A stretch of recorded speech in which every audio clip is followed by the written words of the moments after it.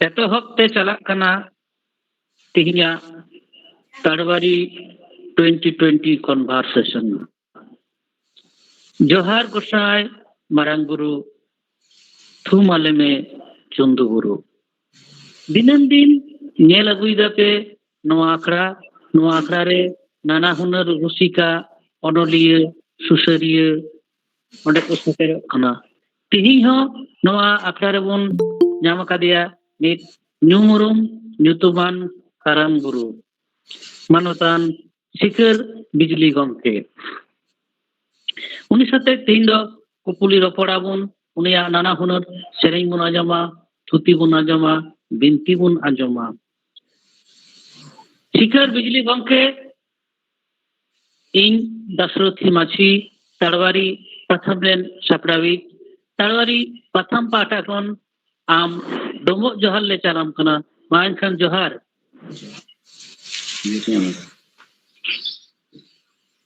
जोहार अच्छा शिखर बिजली गंके अलंगा गलमराव लंग लहा इदी लहारे रस्क मोने रुसिका जीवी लाड़ेजा उनकना मिटन जीवी लाड़े सेरिंग मा लहाते अड़ती ओले में जोहार गे तिहिन नुआ धर्म करम अखड़ा रे सेटेरकान नुआ ताड़वारी को सापड़ावकान आर निनेलिए को सनाम को गे मा एनखान आपे जोहारिन चालापे कना आर नितो दो एतहब इदें मिटंग एतहब रेगे काराम बिनती काराम गुरु हर से आदो ओना लगड़े सिरिंग तला तेगिन एतहब कथा बोल कना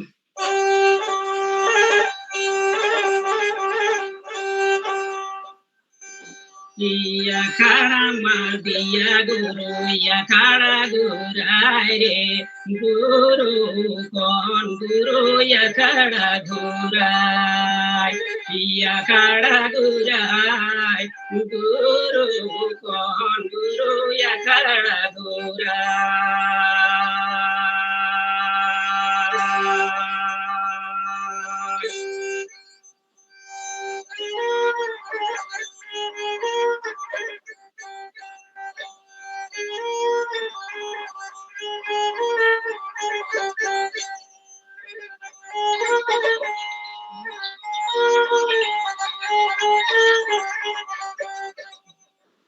या खड़ा दिया गुरु या खड़ा गुराय रे गुरु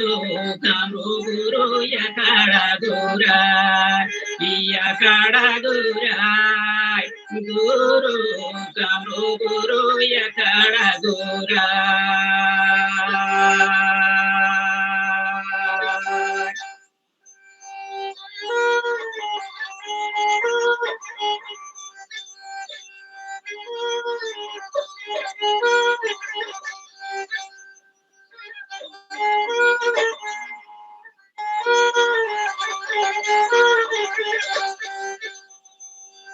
या खड़ा दिया गुरु या खड़ा गुराय रे गुरु कौन गुरु या खड़ा गुराय या खड़ा गुराय गुरु कौन गुरु या खड़ा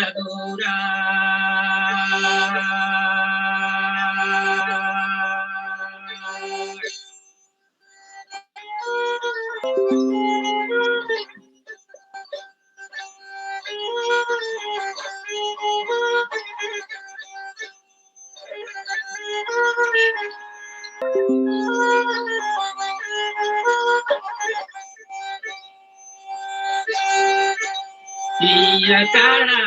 दिया गुरु या खड़ा गुराय रे गुरु कामो गुरु या खड़ा गुराय या खड़ा गुराय गुरु कामो गुरु या खड़ा गुराय या खड़ा गुराय गुरु कामो गुरु या खड़ा गुराय या खड़ा गुराय गुरु कामो गुरु या खड़ा गुराय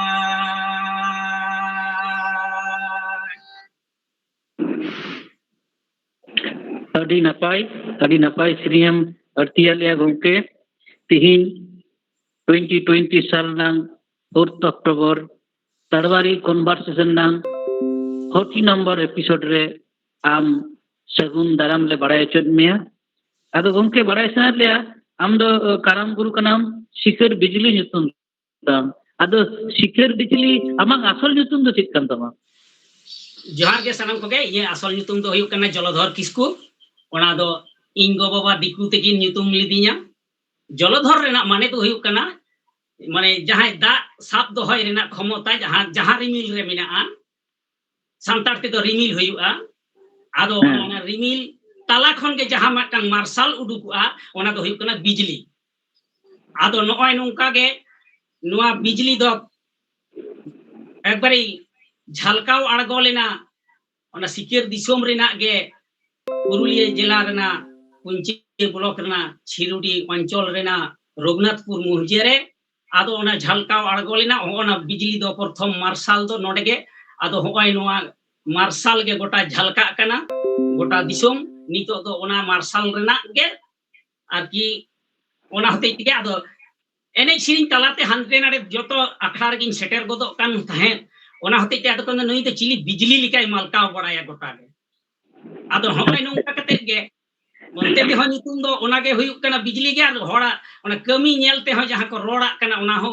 बिजली गे अच्छा अड़ी नपाय जा अले बाले बड़ाय कना दिले बड़ाय किदा आदो गंके नय जे नोंकाना बिजली चाहे किन नोआ बस मोतार किन अगु कदा उनकिन गो बाबा जुतुम कटिक ले तकिन में बाबा वा नितुम दो थोमाराम किस्कू से ब्रिकेट रे दो माझी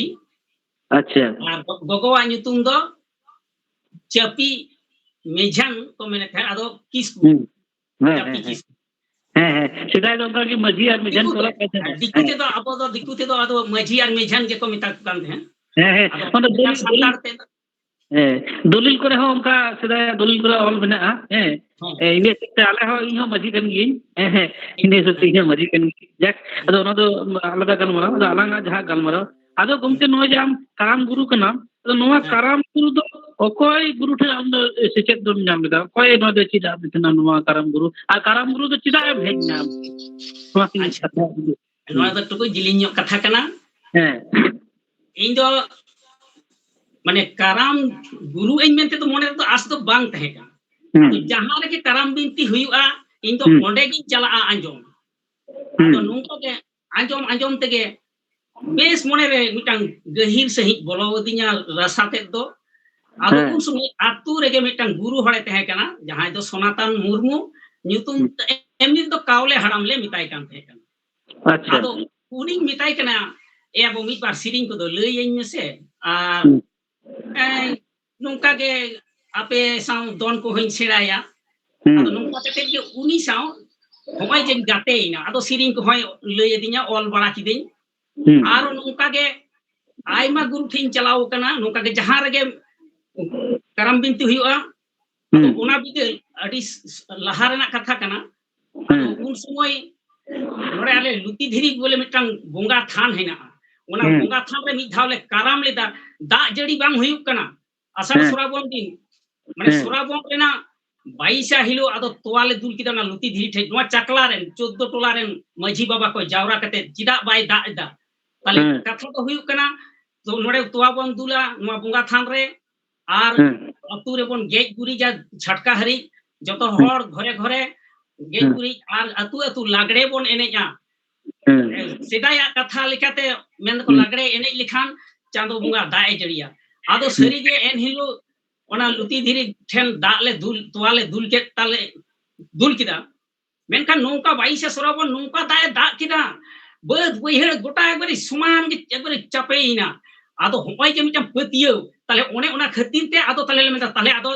तोवा दुल लेदा ओन चेहल बुहेल नौका के कर्मा कोसाय आदो तोवा बन दुले आदो ओंडेले काराम किदा आदो ओना काराम रे मिहिरेन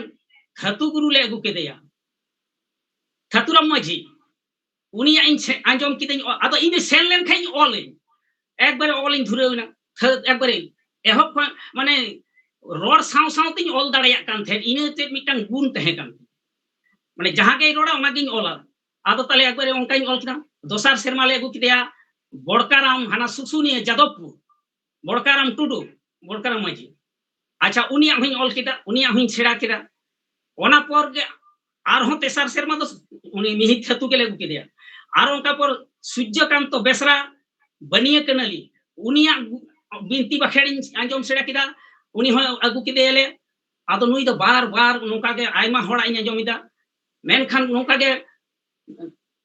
मिहि रेना इन आंजम किदा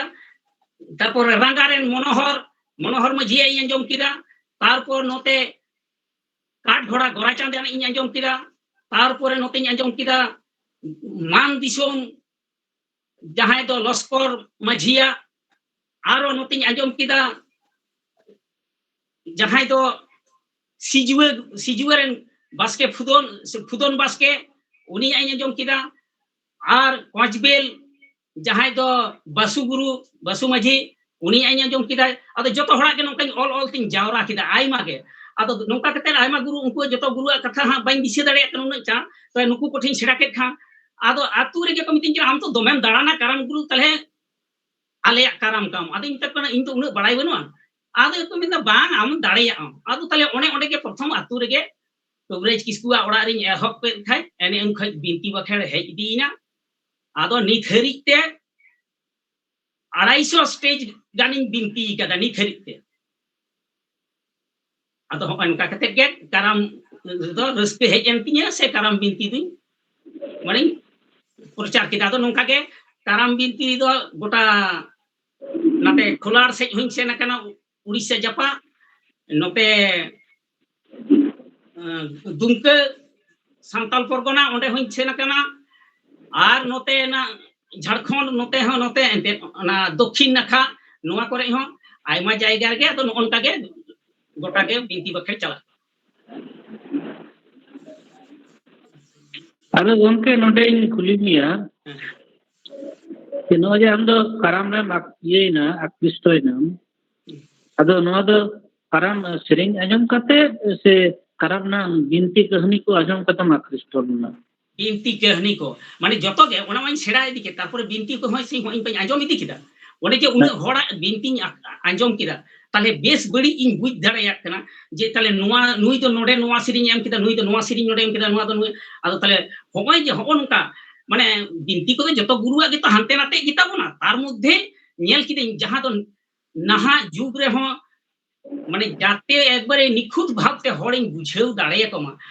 एसे दो आइमा को एसेरा मेनखान एसे दो इन चिकाते जदी नुआ को सठिक इन लई इदिया ताले होनका ना कथा को आदो मोने रे हेइना आर नुआ मिटांग अडी मारांग धर्म करम कान तालिया नुआ धर्म करम आत दो बांग गनो एटा हड़ को मेतादिन तेहन एटा धर्मरेन को मेतादिन तेहन आले साउते हिजुक में आले आमा जोतोले दायित्व ले हतावा मेनखान इन नेल किदा मेन को गिद्रे पढ़ाव खोय जमन्यू खोय जतो मेन किदे इन नेल दा ताले सांतार मेतिन चलो आपे सांतारा दो आलम बिनती बखेड़ा आदिन मेन दा सांतार ओड़ा रिन जन्मो कना आर सांतार लाय लाक्चा धर्म करम नुना सुठेमा नुना नापाया ताले नुआ बगी कते एटा बाइन चलाव लेना आदो होय नुआ दो अडी मोने रे रस्किन बुझेव किदा चे नुना किसेड़ा माने आदो तायम ते दो होना को आदो चिंते हे दिया जखन के आबो प्राय 30,000 चेतान रे टीओ बोर्डिंग जहां डिक्शनरी ऑल किदा नुना वार्ड ते आर मोते डब्ल्यू हंटर जहां तो उनी होय लई किदा माने विलियम विल्सन हंटर उनी होय लई किदा उनी कथा होय बड़ाई नाम किदा उनी मेन किदा जहां तिने एने सिरिन धरती रे सिद्धेव कना जतो खन आयु एने सिरिन दो हुयु कना मालदार ट्रेडिशनल दो हुयु कना आदिवासी को से सांताड़ को उनको फेंगड़ा के एटा एटा जिलता एने सिरिन को आदि मेन तले नुमारां मिटन किसेड़ आले नुन रोड तेले किसेड़ा लाचार तेले किसेड़ा बोंगा बुरु तेले किसेड़ा आले तो मूर्ति बनुआन नुन जेठा माने आले ले बोंगा बुरु तले बड़ा बुडु बाखेड़ ते को बुझ तले शांति तले को आले हो शांति रे को दोहो कले आ नुआ को बगीचोया तले इन सांताड़ ओड़ा रे जन्म कते के चेत लाभ हुई कांती तले बांग उना तो बाइन सेन लेना आदो मोना को होते के आदो नुआ बिनती बाखेड़ से दो माने जहां तो दिसोम रे एटा जेत सा जमन लड़हई दाड़िया मई आपे चेत फॉल्ट हेना ना आले फॉल्ट उदुक कतिन पे ओना होते के आदो बिनती बाखेड़ दो नितो दो जहां दो विज्ञान सा जुक्ति जहां दो आध्यात्मिक जुक्ति जहां दो नैतिक जुक्ति जहां दो गृह शिक्षा जहां दो ओड़ा रन घारंज रन शिक्षा को नाम आदो होय नोंकाना जखोनी नाम किदा बिनती तालाते आदो ओना खातिर ते इन दो नोवा गे आदो माने दिसम कमी रे आरकी मने दो और काटिnya जे बिनती बखर तला तेगे हरिं माने चाला को माने दिस हुदिस अभी नपाय गंते आम ठे अभी किछु कथा ले बड़ाई जाम किदा जे आम दो अडी गान गुरु ठेन सेड़ा कते आम नोआ डहारे मरगु कना अडी किछु बुझ बड़ाई कते नोआ डहारे मरगु कना ओना तेगी उना उना आमा नितुम दिसम रे पासनाव कना उना उना आमा आमा ज्ञान रंग आमा अड़ांग रंग आमा बिनती बाखरा रंग जा स्किल ओना दिसम होटेल सेटेर कना नते अडी को जुम बड़ा मेया सिकर बिजली नितुम अडी ले आजम बड़ाया सिकर बिजली माने जलधर किसकु गंके थिंग नोआ आखड़ा रे सेटेर मेनाया अडी सरहा गंके आदो नोंडे कटी जदि बिटान सरिया मजमा लेखा अडी नपाय को कटी बिटा सरिया जमा ले आदो कराम बिनती रिना गे हाइन सिरिंग तबोना आदो तले ओनते गे हाइन एहोबा हम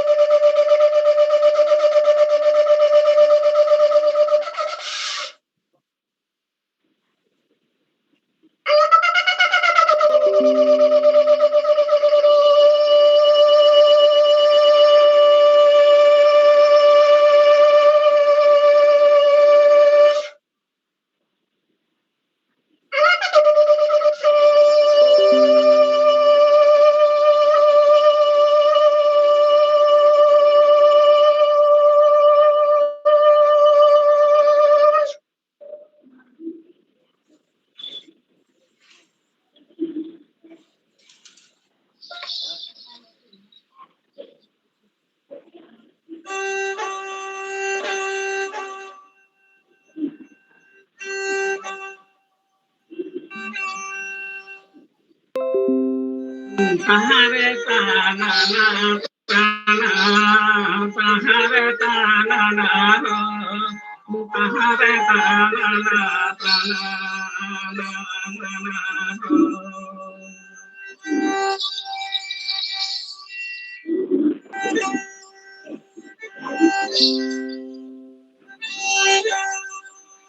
iya cara domlah kita namgene horosika cara domlah kita pununtu tahare tanana tahare tanana tahare tanana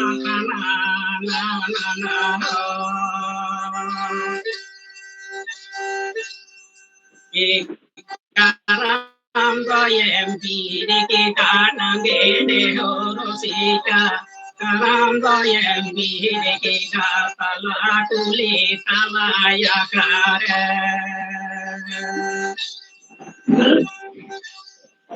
Tahare tanana tahare tanana tahare tanana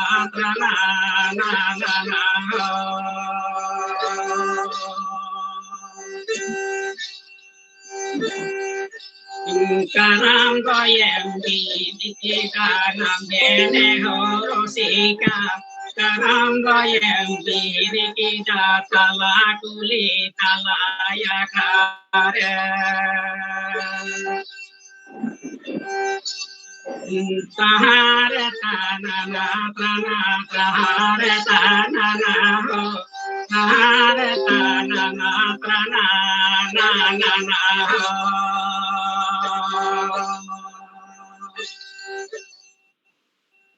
Iya cara domla kita nambene horosika cara domla kita ceria tu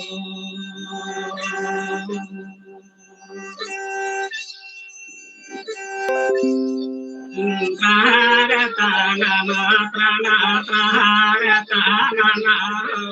tahare tanana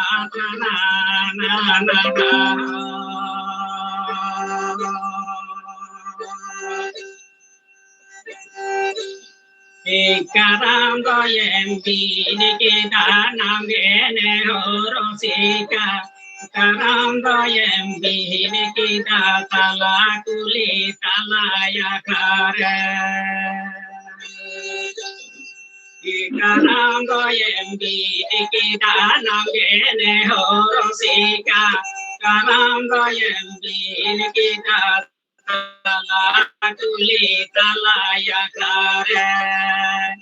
Karam doyem bini kita tala kuli talaya kare.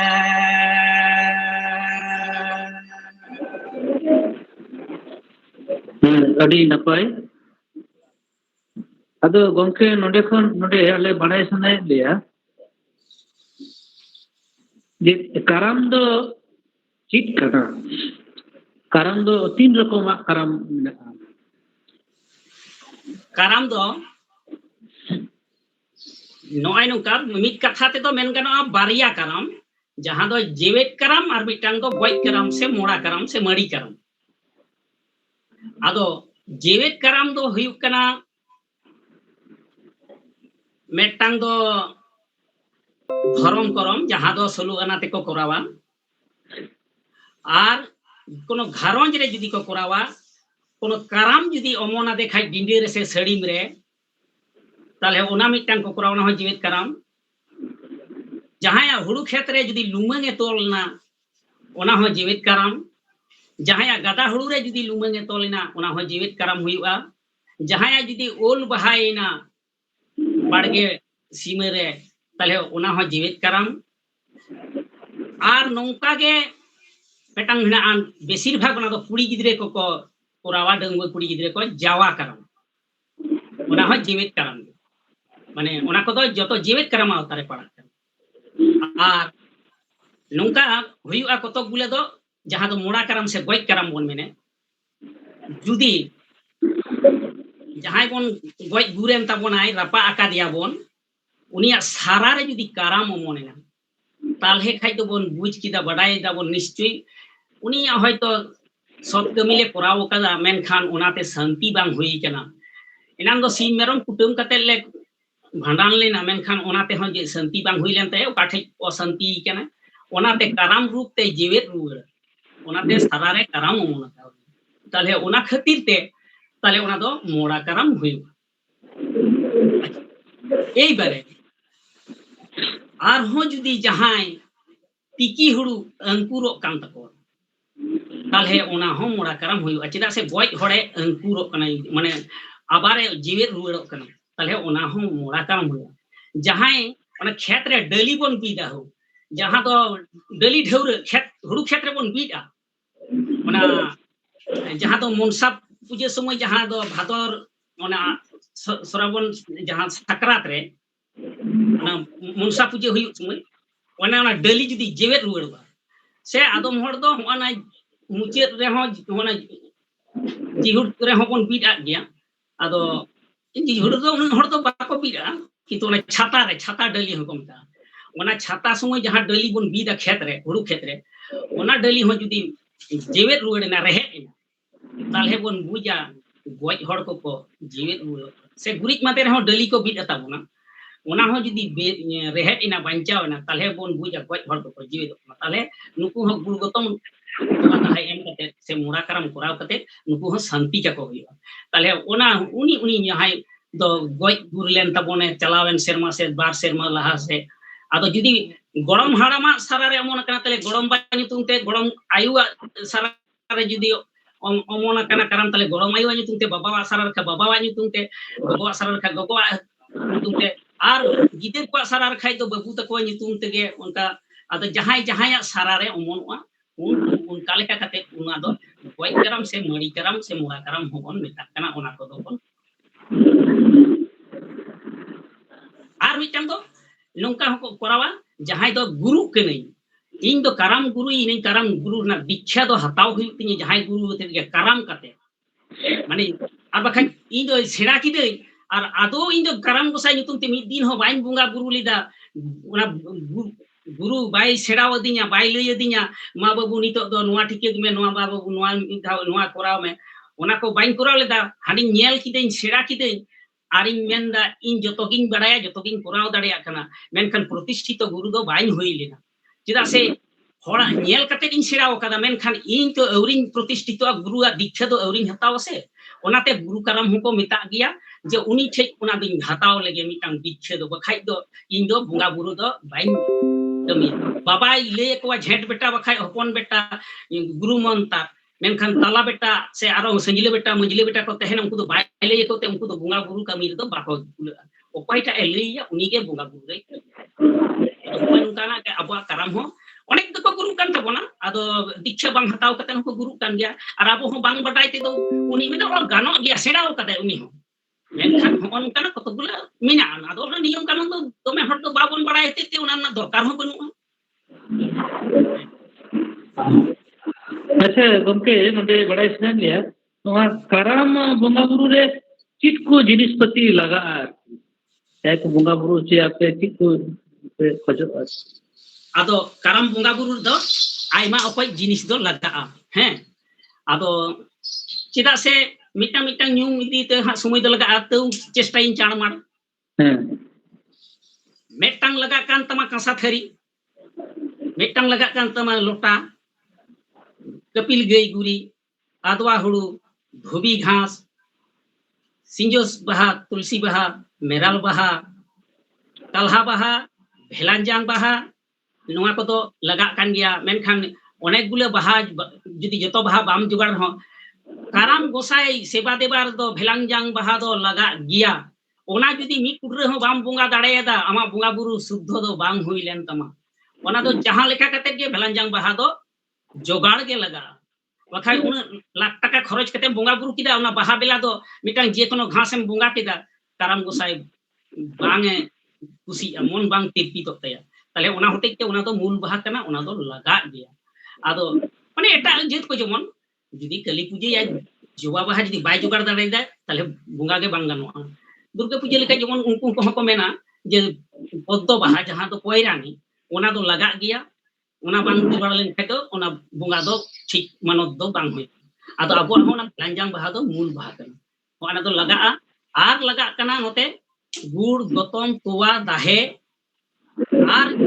जो बिली को भोग माने जहां दो जहां तिने आदो ओना को ताबेन को दो ओना भोग राख दो जहां तिने बनाव दाड़े जहां तिने की जहां को मेसा दाड़ेया तबे मिटन कथा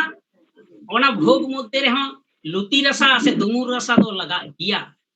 चेदा से ओना दो लुती दुमुर रसा दो आयमा बाहर ना रसा तहेना आयमा कोई को हुनर किसिम कते को जुगाड़ दोहो का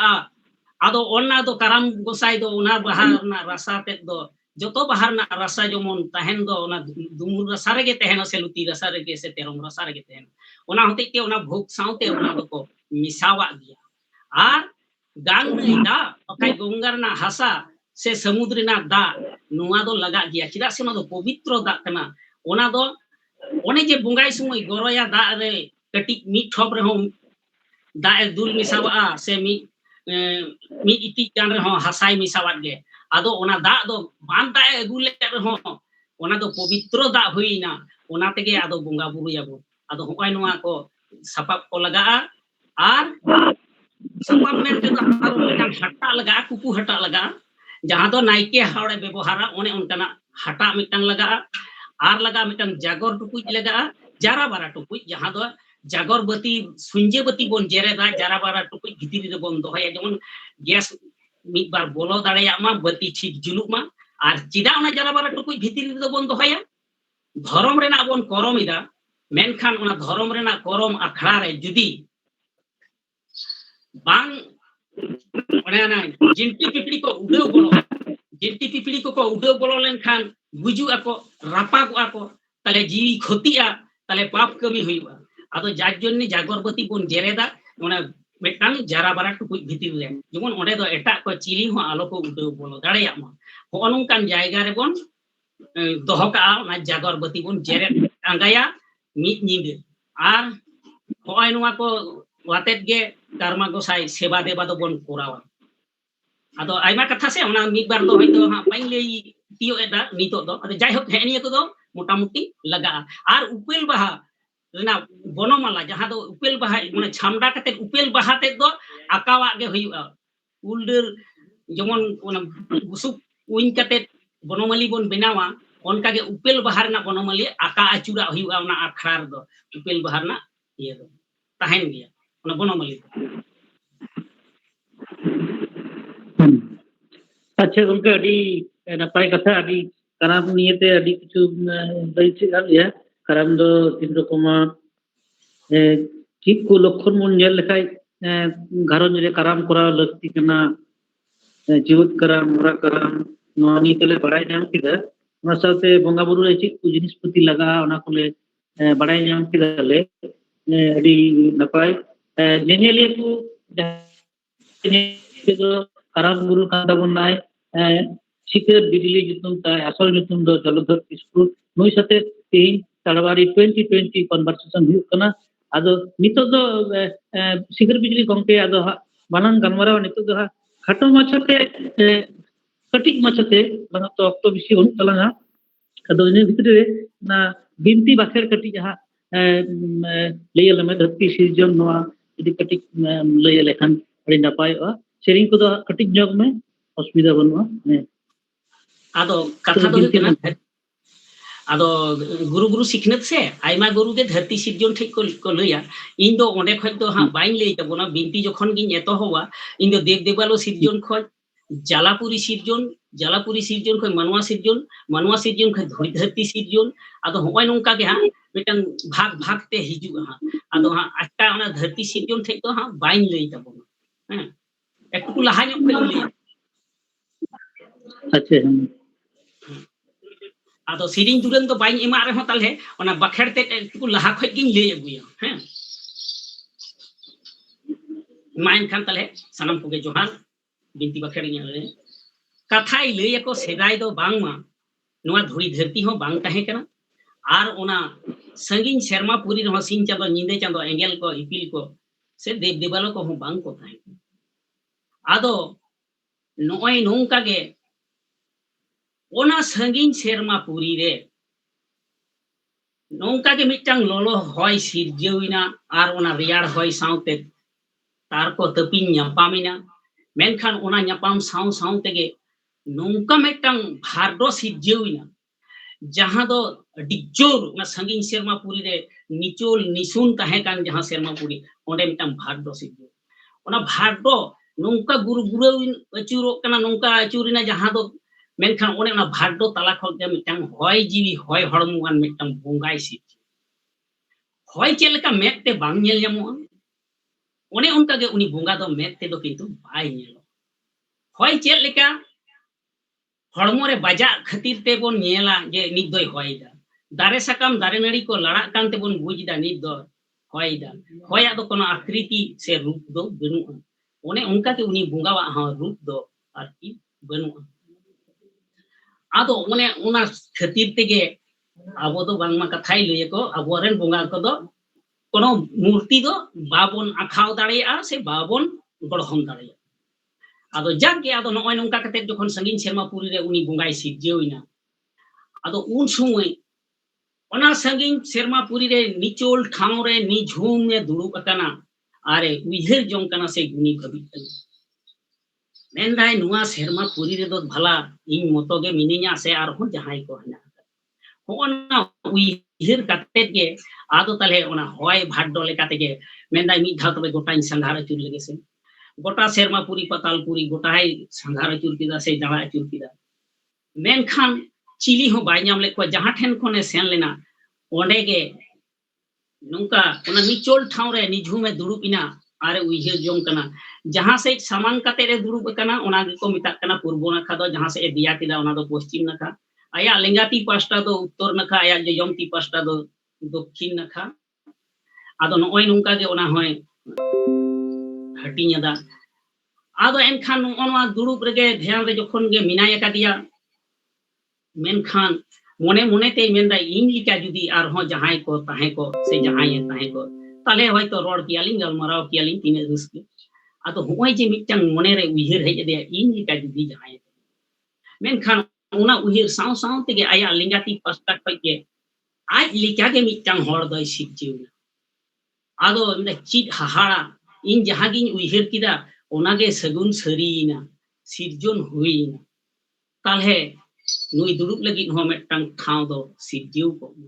आदो ताले आया लिंगाती पास्टा रे उनी दुरुप लगी हो मिटang ठाव दय सिरजिव अदे ताले उनी हो दुरुप ना आदे मिदा नुई मा मिटang ए सिरजिवेन ताले नोंकान को की आरहों को सिरजन को हुई दाड़े आदो उन समय आरहों ना निचल ठाव रे आरहों गुनी भबी जन कनो उन दो जखन मिदा आरहों नोंकान को सरीगे उनहों आरहों मिटang ए सिरजिवना ओनकानी माने आज लेकानी ताले उनी हो मेंदा ताले उना लिंगाती धारे रे दुरुप ना ठाव आदो नोंका गे ताले मिदा बार हर किन सिरजिवना ताले की आरहों को सिरजन को हुई दाड़े नोंकान को आदो उन समय दा आरहों ना ध्यान दुरुप कते गे से मिट मोने ते दुरुप कते गे उहिर जों कना उन समय आरहों मिटang आया लिंगाती पास्टा खय के सिरजिव ताले ये हर को हुईना पेनेगे मिट ge ko nyelok kana penege aya lingati pasta re ada inda nuku penege to miट ge ko nyelna ko binaw na sijjew na ko tare nuku ko juga ki ko sijjon ko hui dare ado na juga na katha jokhon ge uihe kida un do aya jojom ti pasta khoj ki sijjew na mitang jugai jemon abo chek ka baba hor ar gogo hor onka ge lingati pasta ren do baba ta ko lekan ko sijjew na pene hor ar jojom ti pasta ren do gogo ta ko lekan ye sijjew na uni hor nai tahle jojom ti pasta ge uni durup na mitang thaw hoy आदो नौका के तले मेंदा तले नुई हो तो जुदई होय सिजेवना अच्छा नौकान को की आरहो को हुई दाड़ी अनको जुदे को आदो तले उन हो आर उनका के मने मने ते उहे जों कना उन हो सरी के आर मिटang जुदई एसे आदो तले उनी हो जजम ती पास्टर गे दुरुप किरिया आदो नोय नौका के मने रना कथा मने मने ते उहे गुतियत खान के को सिजित कना जजम ती से आदो नौका के पर मोरे गोटे को सिजियो उनको गोगो तापल ताले जतो हर के उना धार रे दुरुप के उनको गोगो तापल आदो उन समय मेंदा ताले नुकु दो nyutum को हुई आदो ताले nyutum को खाइ ताले चेक nyutum को आदो ओने उन समय ताले उनी तो चेक चिका किदा उनको जहां प्रथम आया लेंगाती पास्टर को सिरजिव आदो इनदा ध्यान के दिन धर्म के दिन ताले जहां पहिल ते सिरजिव कान उनी दो धर्मराज से धर्म गुरु मेनते गे nyutum के दोसारिक दो मेंदा ध्यान के दिन धर्म के दिन सिरजोर ना इन कर्मो कदा ताले नुई दो कर्मराज से कमरु गुरु मेनते गे nyutum के तार परे मुचे रे जहां सिरजिव ने पे हर रेन बाबा ताको लेकानी लील गेल नेलो कान लिटे मेनते nyutum के ताले उनी दो लिटे nyutum के आदो ताले जजमती पास्टर रेन जहां पहिल ते सिरजिव एन उनी दो ठकरे नयु मेनते गे nyutum के ओना पर जहां सिरजिव नाय उनी दो जाहेर आयु ओना पर मिटang गोसाई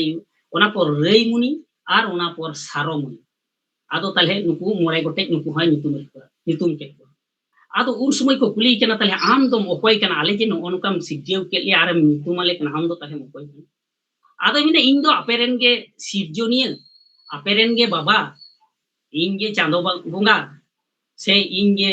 जहां दो सिरजोनिया ठाकुर से उनिया nyutum गे आयमा लेकाते हटिंग कान तया बाहा बिनतिर दो सिंगे बुंगा होबन मिताय कना आर बुंगा बुरु समय दो सेंगेले तिति होबन मिताय कना आदो नोनका गे उनिया nyutum दो आयमा लेकाते मिना से सिंग बुंगा लेकाते होबन मिताय कना उनी आदो नोंका कते जखन गे उनको को nyutum पुरेव के को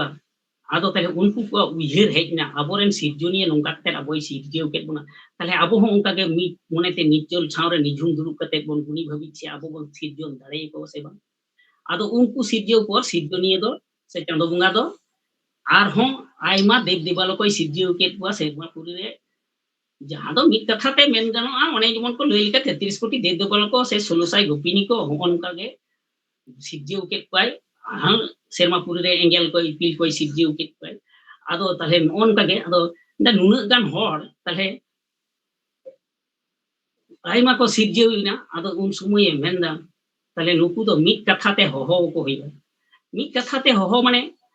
नुकु मूल मूल को दो हयतो मारांग गुरु जाहेर आयो गोसाई मोड़े को तुरुई को नुका हाई मोड़े को आदो मिंदा ताले मिट कथाते दो चिलके होहो को नुकु सनाम को दो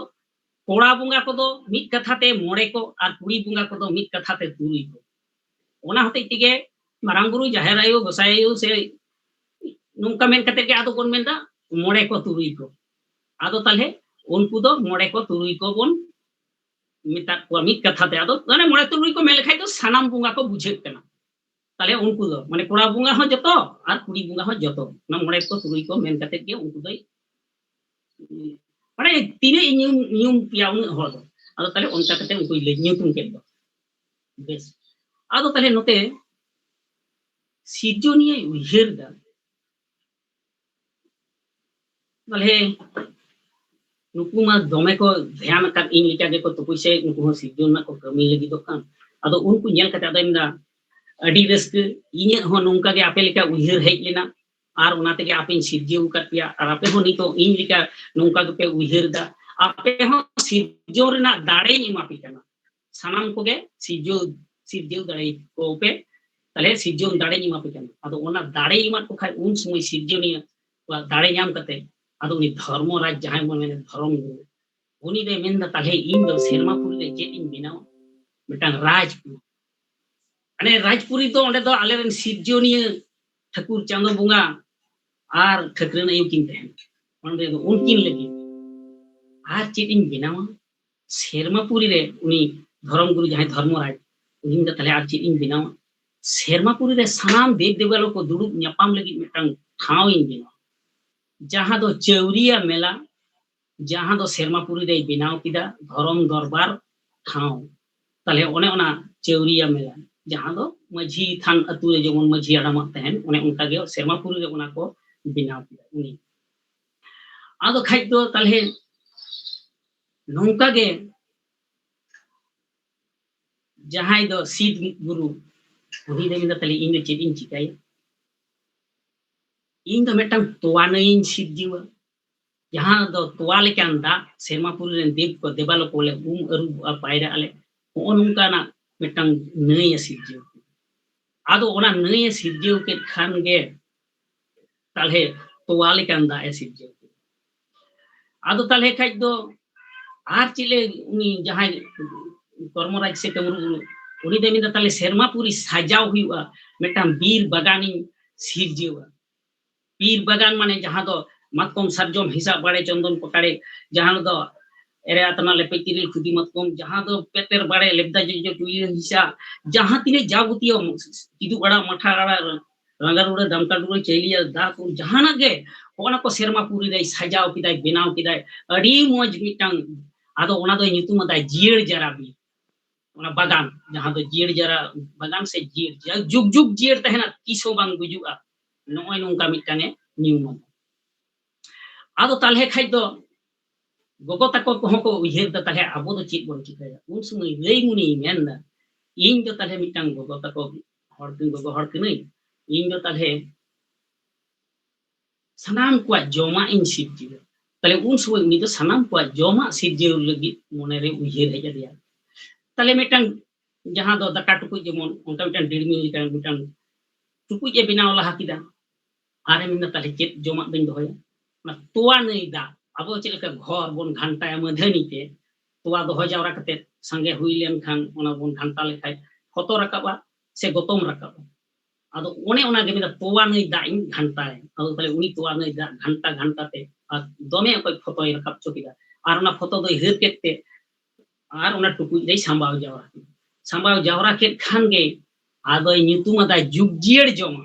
जहां गे नुआई जोमा उनी के जुग जुगे बांचाव तहना उनी दो 30 हो बाय गुजुआ आदो ताले होय नोंका ना मिटांग कथाय रोड किदा आदो ताले खाइ दो जुग जुगे बांचाव तहना आदो उनको बुंगा बुरु को दो ओने ओना जोमा को जोमा आदो ओना होते ते 30 हो बा को गुजुआ आबोरेन उनको बुंगा बुरु को दो नित हरिते जे नुइटा ए गज अकाना से हनिटा ए गज अकाना नोंकान कोनो प्रमाण दो बन ताले उनको लगी ओना जोमा आदो नोय नोंका गे ताले दिनेर पर दिन पारम चला कना लिचई मेंदा ताले जतो हड़ गे को सिरजोर ना को कमी कना इन हो कटी इन कमी लगे ताले मेंदा इन दे चेत इन चिकाया ओने ओना सेरमापुरी जहां दो मिना अकादा जियर जरा बीर ओंडे सेल सराम कुलई मरा चित्री गुंडरी नोनको बीर रेन जानवर को नोनको जीव जियली को सिरजेव को आदो उनी दो उनको सिरजेव के और नोते कमरू गुरु दो आरहाय मेंदा ताले इन दो चेत इन चिकाया उना तोवा नई रे ओंडे हकू काटकोम रोकोय रोटे तायार मंगाल जहां तीन उनको दा रेन उनको कोई सिरजिव के बेस नोंका गे सेरमा पुरी रे कमी दो लेतार गे चला कान तकवा जतो हर आर हो उनी जहां दो मिटन उनकी कपिल गुरु तहे कान उनी दो ताले मेंदा इन दो चेत इन चिकाया पायरा एसेन कना तो पायरा समय ना तोवा नई रे पायरा समय हड़मोन ना मैले स्किल उडुक केते बारी पाचुकु मैले खन गे बारिया जियली बिनाव के किने जहां दो nyutumat किने कपिल गई आदो तले मिटन कपिल गई और मिटन दो अड़ी आदो तले उनकिन बिनाव के किने आदो उनकिन हो तले किन बिनाव के किन खाए आदो कटप कटप मजी किन ताराम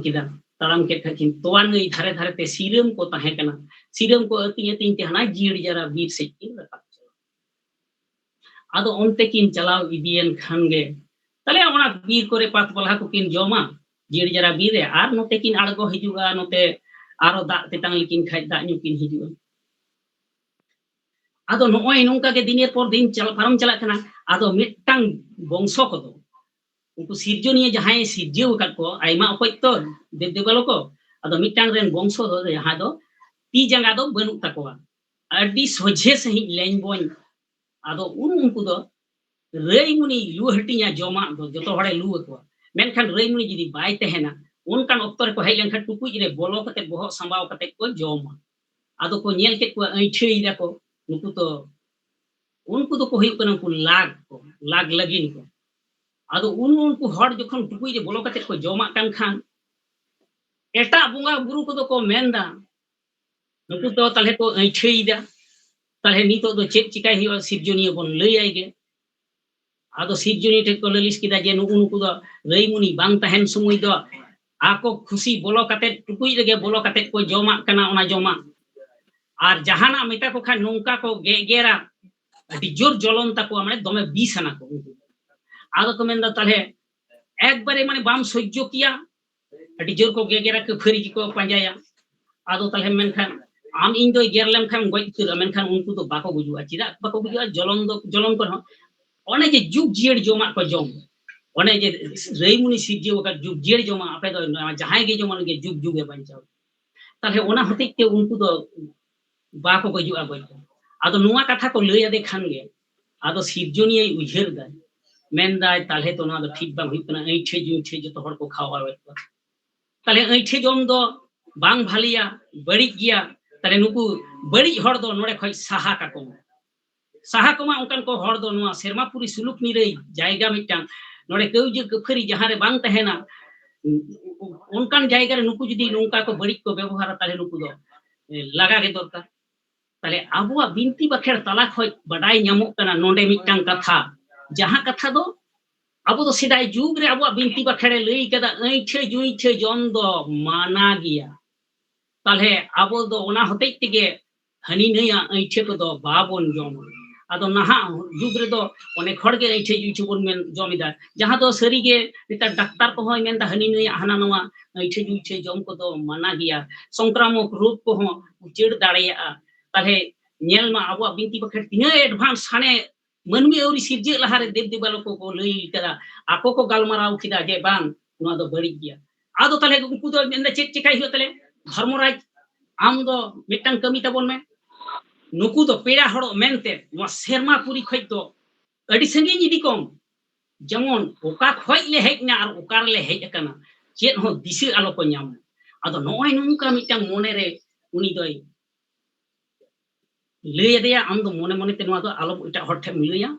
आम दो आदो पेड़ा हड़ो मेनते उनको बिनती जगह को जहां लाग लगिन को उनको दो इदी को नुआ सेरमापुरी दा आलो बाबन दो आदो उन समय धर्मराज जहां दो धर्म गुरु अदेंटा कना एहो हिं दो मिसे पेड़ा हड़ो बन चला अंदा पेड़ा हड़ो अंदा इन इदी तिया तो अंदा तले निदी लिखा इदी चला ले आदो ओने उन समय तले उनी दो अयुर के कोय ओना सेरमापुरी खय नौका होय भाडो लेकाते गुरलो अगुय को गुरलो ते सेरमापुरी खय पातालपुरी से आड़गो हेना पातालपुरी से आड़गो हेजन खान के अड़ी ᱧᱩᱛᱟᱹᱛ ᱠᱟᱲᱟᱝ ᱠᱟᱲᱟᱝ ᱧᱩᱛᱟᱹᱛ ᱪᱮᱫ ᱦᱚᱸ ᱵᱟᱝ ᱧᱮᱞ ᱧᱟᱢᱚᱜ ᱠᱟᱱᱟ ᱱᱚᱜᱼᱚ ᱱᱚᱝᱠᱟᱱ ᱢᱤᱫᱴᱟᱝ ᱡᱟᱭᱜᱟ ᱨᱮ ᱦᱮᱡ ᱚᱸᱰᱮ ᱦᱤᱡᱩᱜ ᱛᱮ ᱦᱚᱸᱜᱼᱚᱭ ᱡᱮ ᱜᱩᱨᱞᱟᱹ ᱜᱩᱨᱞᱤ ᱦᱤᱡᱩᱜ ᱛᱮ ᱦᱚᱲᱢᱚ ᱠᱚ ᱠᱟᱹᱨᱤ ᱜᱷᱟᱢᱮᱱ ᱛᱟᱭᱟ ᱫᱷᱚᱨᱢᱚ ᱨᱟᱡᱟ ᱥᱮ ᱫᱷᱚᱨᱚᱢ ᱜᱩᱨᱩᱣᱟᱜ ᱮᱠᱵᱟᱨᱮ ᱩᱫᱽᱜᱟᱹᱨ ᱛᱮ ঝᱚᱨᱚᱡ ঝᱚᱯᱚᱡ ᱮᱱ ᱞᱮᱠᱟ ᱟᱫᱚ ᱩᱱ ᱥᱚᱢᱚᱭ ᱦᱚᱲᱢᱚ ᱨᱮᱱᱟᱜ ᱩᱫᱽᱜᱟᱹᱨ ᱫᱟᱜ ᱠᱚ ᱡᱚᱫ ᱮᱫ ᱠᱷᱟᱱ ᱟᱭᱢᱟ ᱜᱮ ᱚᱱᱟ ᱢᱟᱹᱭᱞᱟᱹ ᱠᱚᱦᱚᱸ ᱵᱩᱰᱩᱨ ᱩᱰᱩᱠᱚᱜ ᱠᱟᱱ ᱛᱟᱭᱟ ᱚᱸᱰᱮ ᱡᱮ ᱦᱤᱡᱩᱜ ᱛᱮ ᱫᱷᱩᱲᱤ ᱜᱩᱸᱰᱟᱹ ᱠᱚ ᱞᱟᱴᱷᱟᱣ ᱟᱠᱟᱱ ᱞᱮᱠᱟ ᱟᱫᱚ ᱮᱠᱵᱟᱨᱮ ᱡᱮᱢᱚᱱ ᱥᱟᱸᱜᱮ ᱜᱮ ᱦᱩᱭᱮᱱ ᱟᱫᱚ ᱚᱱᱮ ᱩᱱ ᱥᱚᱢᱚᱭ ᱥᱟᱸᱜᱮ ᱜᱮ ᱚᱱᱟ ᱢᱟᱹᱭᱞᱟᱹ ᱩᱰᱩᱠ ᱮᱱ ᱠᱷᱟᱱ ᱟᱫᱚ ᱚᱱᱟ ᱠᱷᱚᱡ ᱜᱮ ᱢᱤᱫᱴᱟᱝ ᱯᱟᱛᱟᱞ ᱫᱤᱥᱚᱢᱮ ᱥᱤᱨᱡᱟᱹᱣ ᱟᱠᱟᱫᱟ ᱚᱱᱟ ᱜᱩᱞᱩ ᱜᱩᱱᱴᱷᱩᱡ ᱠᱟᱛᱮ ᱯᱟᱛᱟल दिसोम सिरजेव आदो ओना पाताल दिसोम रेगे आदो उनको दो दोहो केत कोय से को ओंडे को थई एमात कोआ आर आज दो आबार हय भाड्डो लेकाते सेरमापुरी गुल्लौ रकाबना उनको दो जेमन आलो को बुझमा होगन उनकान बांग बुझ समय उनी दय रकाब चलावे आदो उन समय उनको लाख को लगिन को चिंतई देखो ओकारे बुन हेजना नुकान ᱧᱩᱛᱟᱹᱛ ᱠᱟᱲᱟᱝ ᱠᱟᱲᱟᱝ ᱧᱩᱛᱟᱹᱛ ᱥᱚᱡ ᱨᱮ ᱵᱩन हेज akan दो मेनखान आर धर्म गुरु धर्मराज दोय ओकाय ओका से चलाव ताले उनी तो बाको ᱧᱟᱢᱮ कना आदो उन समय को चिंतई दा मेना तो ताले चेत बोन चिकाया नुआ ᱧᱩᱛᱟᱹᱛ रे दो जमा बनुआ ᱧᱩआ बनुआ आदो पीटी कते को गुरु मिना आर चांदो बुंगा ठेन नेहर को धुरेव कना तो चेत ले कई ले ते बाबा आले दो नुकान कान जायगा रे अगु सेटर तो का लिया नोडे दो जमा बनुआ ᱧᱩआ बनुआ चेत हो बनुआ आदो ताले चिकायाम पीटी कते को ताहे दिनेर पर आर आज माय रुर चला दिनेर पर दिन पारम आदो उन समय सिरजनी ठाकुर मेनदा ए लिटे आम दो मिटान गोडेता इन कमी छे गोडे तार माने हड़ेम होहो जावरा को ताबो चौरिया मेला रे सनाम देव देवालो को चेदा से नोडे बोन मिटान बोन गालमाराव मेनते दो होय जे नुना हड़ बोन सांगे काना ताले जतो हड़ आम दो मोडे को तुरी को हो को में आ नोय चौरिया मेला रे गालमाराव मिटान हुई आदो ना ठीक আছে ताले सनाम को हो बात पाए इते दो चौरिया मेला रे हेज कते को दुडुपिना मेनखान दुडुप एन नाको किंतु उन हो चौरिया मेला दो किंतु ᱧᱩᱛ गिया कोनो मार्शल दो बनु मेनखान ओंडे को दुडुप कते आदो को गालमारावेदा जे मिटान सिस्टम ते अब सेरमापुरी दो चला तबो सिरजोनिया में ताले सिरजोनिया मा सनाम हड़ बाबा से उनी गे सिरजो ठाकुर के राज से चांदो बुंगा आदो ताले उनी दो मेन चेदा से आम दो गोटेता आम कमी कना नुई कमरू गुरु दो जहाना नायके ए कमी बुंगा बुरुया आर नुई धर्म गुरु दो धर्म करम कथाय रोड़ता बोना आदो नोन का मिटांग मिटांग भागे हटिए को कना आर नुकु मोड़े को तुरी को जहाय मिना को नुकु हो ओना साब सुर रे से जहाना रगे मोड़े को हो आर तुरी को हो उनकाना कमी रे को जोपड़ाव को तहन ताबोना जहां दो उनको हो गानो लेकाना कमी को दो उनको आदो नोन का मिटांग समाज सिस्टम में लिया आदो थाले खाइ दो बेस ओना को जतो को हटिया कोय आदो उन समय जहां दो सेरमापुरी रे इनानी लेइले सारोमई दो अति फॉरेस्ट कुड़ी गिद्री नेलते अडी नापाय अडी चरक अडी चेहरा आदो उनी नेलते लिटेवा दो मोने रे मिटांग बड़ी उइहिर हे ओने उन समय लिटेवा मोने को बड़ी हुई उइहिर हे अन खाय लिटेवा हरमो लोलो लेना उद्गर गुजरा उद्गर दा आदो हरमो खय लिंगी उडुकिना आदो ओने ओना दा दो ओना तोवानई रे सेन कते दुल मिसाय आदो दुल मिसायन खान गे तोवानई बा एमिर गे पेरेज गे चेड़ेम मिना माने चेहल चिपेल मेनखान नोआ ओय जे लिटेवा मोने ख बड़ी उइहिर खती सारोमई नेलते बड़ी उइहिर खती जहां उजरा गुलर दा लिंगी चलावना ओना सेनेन खाय दो आरहो चापेइना बान बसीना तोवानई फुड़िना बान बसीना एकबारे बुहेलेन खान गे एकबारे ओना चितान सेरमापुरी दा ओका से चला पाताल से अतु अड़गोयना पाताल से अतु अड़गोयन खान गे पाताल रे दो चेत हेना इनान धर्मराज सिरजे उटो का धर्म गुरु सिरजे उटो का लाख लगिने गुटो का को धटो का तो पाताल ताले ओने ओना पातालपुरी ते दा दो अतु चलाव पातालपुरी रे दा सेनेन साव साव तेगे उनको लाख लगिन को दो आदो दा को ᱧᱟᱢ किदा दा को ᱧᱩ ᱧᱟᱢ किदा ओना सावते haku katkom ropai rote ko atu argoyen de ha unku ko sab kate ko jomana ado jak baba din pol tihinya ni dak bon nyam kita se jomak bon nyam kita ado menkhan abo hor do dhorom korom unak bon disei chong bang chong manaw chong bon bang chong menkhan unku do dhorom do ko manawa cheda ko manawa ona din por ona ako je hilo dharma raje agulet ko agu kate bagiat ko ona khon 222 din por ona towanai phur argol ताले 222 दिन पर फूरेन खान गे उनको जम को नाम किदा पातालपुर रे नुतत कड़ांग कड़ांग रे उनको लाग लगी मेनखान ओना दो चिकातेम बुझ किदा 222 दिन पर दो ओना दो नोडे गेम बुझो न्यामा नेतार हो उनको धर्म रे लाग लगिन को से बीन को दो जिहुरदा न्यू काते पातालते को बोलोएन गे कड़ांग कड़ांग नुतत रे को ताहेना बाको उडुकुआ ओने गे उन समय को धर्मराजे इदी कते पाताल रे संबा ओटोले को बगी टोवात को तहे ओना हते नुकु हो नेतार हो को बोलोयन गे आर तो पैसा लेका को तहेन गे काराय कान रुहनी हिलो अनिक को उडुकुआ उनको धर्म रेन बिन को दो मेनखान एटा दिन हो ताले मिद बार दो को नेलो दो मेनखान एटा दिन हो को नेलोआ उनको दो को हुई कना धर्म रेन को दो को बांग कना उनको दो लुचे कना को अबो चले का मिद बार हर दो लुचे गिया बो नींदे निते हो सगाम सुकुम हनी नै उड़ा हो बन दारान गिया हनी नै बन और को बन खामचाव को आदो नोय नोंकान को दो उनको लुचे को दो मिद बार को ᱧᱟᱢᱚᱜ ᱜᱮᱭᱟ आम इन हो आज काय थोगा निया से गियर के नींदे निते दारान मेनखान धर्म रेन दो एक बारी को बोलोय ना नि जिहुरदा न्यू कते ताले पे नेला 222 दिन ओना दो पर ओना दो हुइता ओने इन आदो जागे आदो ताले उनको मको जमा ᱧᱚᱜ को ᱧᱟᱢ के सेरमा पुरी रे दो तोआ नै दा आंजेरेन खान कोड़ा बुंगा को जटाक कना कुड़ी बुंगा को जटिक कना अड़ी समस्या रे को पड़ाव चेत बोन चिकाया ताले दरबार दो आदो ताले उनी दरबार दो आदो ओंडे के मुचेत दो खदाय उनी सिरजोनिया ठकु दो ओना मिटंग सेरमा पुरी छुए छुतेन खान गे ओना चौरिया मेला आदो ताले नोडे के थकुम ताहे गाल मारा मुचेत ना आदो नोय नुका के दिन पर दिन ओनी मेन कोड़ा बुंगा को जटाक कना कुड़ी बुंगा को जटिक कना समस्या रे को पड़ाव कना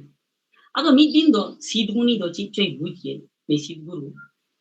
उनी तो होय बड लेकाते दारा दाराते पातालपुरी से यार पातालपुरी से ये चलावन थे नेल दा आरदा ताले आदो चिदे चिकायदा ने बांगल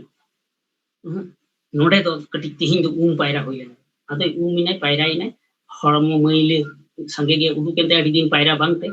उनी हो ओना जालापुरी रे बारिया ओना मइले खय बुंगाय बिनाव टोका मिटांग दो नारमुनि नितुम देया मिटांग दो बाय निनेला अंधो गियाय ओनाते अंधो मुनि आदो ताले आर आज दो सेरमापुरी ते रकाब चलावना सेरमापुरी ते रकाब चलावेन खान गे ताले ओने उन समय उनी दो चेदे चिका किदा जे ओना सेरमापुरी खय उनी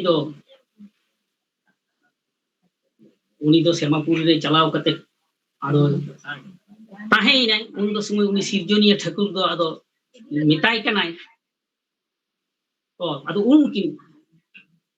जहां जलापुरी रे बुंगाय जहां सिरजियो दो आदो उनकी दो आदो किन रा दाकिन रो दोन दाकिन से किन होमवर्क हलांग दा आदो नासेना ओंडे दो नासेना मेनमा मेने सिरिं को बाबन लई आतो नासेना निम kan ya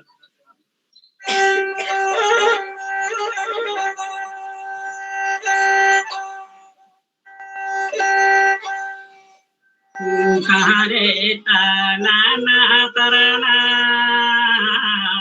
tare tanana je o tare tanana tarana tare tanana je o tare tanana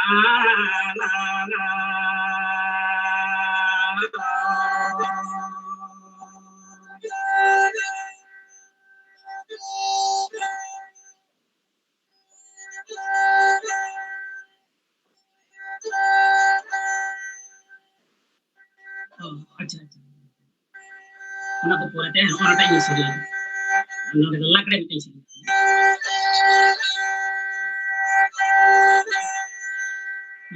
Sinyoli nyela nyudge, nyindahole nyela nyudge, saradin ge nyudge ya goina nago, saradin nyela nyudge.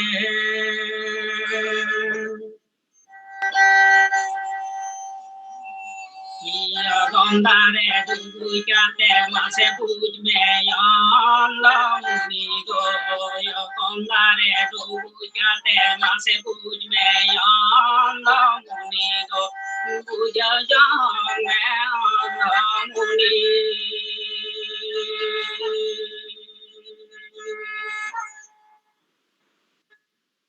naling doling nyela nyudge sadin ge nyudge ya goina nago saradin nyela nyudge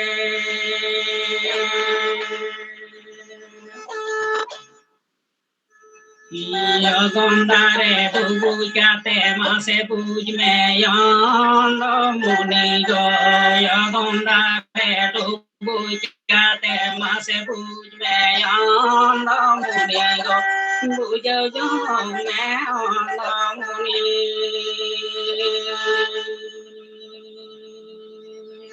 ado hoan nungka kin galmarau da ado hoan ma ra ror do serma puri te rawa rakapna ado serma puri te rawa rakap enkhan ge nuar na arang do sijuni chando bunga da anjol kida ado un sumay menda chet na latar sik khoj do mitang arang anjomok kana patal puri khoj do chet okoy nungka do kin rodida sekin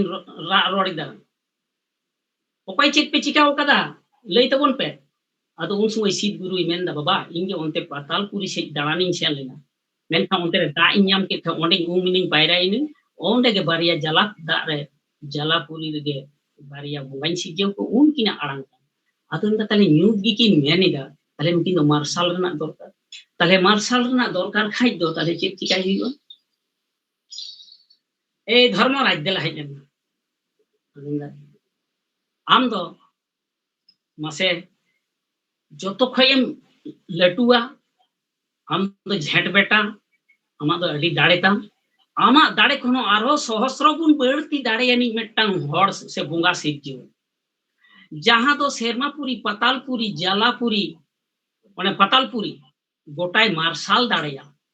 ado un sumoy ado emenda baba am khoj ki aring latua am do hui kana aleren sijjoni amge hui kana aleren baba amge hui kana aleren chando menkhan am khoj do chikating latua am khoj do bain latua tobe am jokhon menda mitang sahasrogun berti dareyani mitang bonga sirjewem menkhan sirjeu ye menkhan am age mase amren sanam sirjon ko nyel kotam am jahatina ko sirjeu akan jotoren ge amgem hui kana baba alele sirjeu kat pore ho ale am do dare me makawat leya tobe yani ama dare te alele sirjeu kat ko tale amren ge ko joto kana tale amren ge baba tale am do mase amren sanam sirjon ni thal nyel oni un sumoy somossya re padawna sirjoniya thatu chando bunga do ado tale nichol thaw ona serma puri rege nijhum durup kate ado uiher hej adeya dai sanam sirjon inren tale joto okoy ukare mena kwa joto uiher de kwa bangma kathai serma puri ren sanam ko ar hanku patalpuri te jahay ko idi hoto wakat koy dharmoraj unkuak katha ko hoy uiher eta one ona uiher saw saw tege aya molong tala khon nongka mitang molong ten khon una otai kate se pada kate mitang marsal tu ina jahan marsal do sermapuri patalpuri ekbare ona jalapuri marsal thikre ona jirit dar na ahla ho nyel rakap na serma ado un sumoy ko menda sari ge aboren sirjoniya baba then khon ge ar mettang bonga jahay tu ina un din do uni to bonga do bai nyelok kan the un do tale sing eset ge the kana tihin do jhij ina jhij en khane jaha do unia tapis te gota marsal ina tale uni ge huyuk kana uni bonga do undara do sing ge the kana uni do tale sing bonga men te ko litu ma chando bonga do bai nyeloa ताले मेनखान उनी जहां बुंगाई सिरजेवना जहां आरसाल ते मार्सालिना उनी दो को मिता दिया उनदारा दो सिंगे ते कना ताले उनी दो सिंग बुंगा से सिंगे बुंगा आदो उनी गे को नितुम किदे से उनी गे आदो सेंगेले तीती हो बोन मिताई कना जहां दो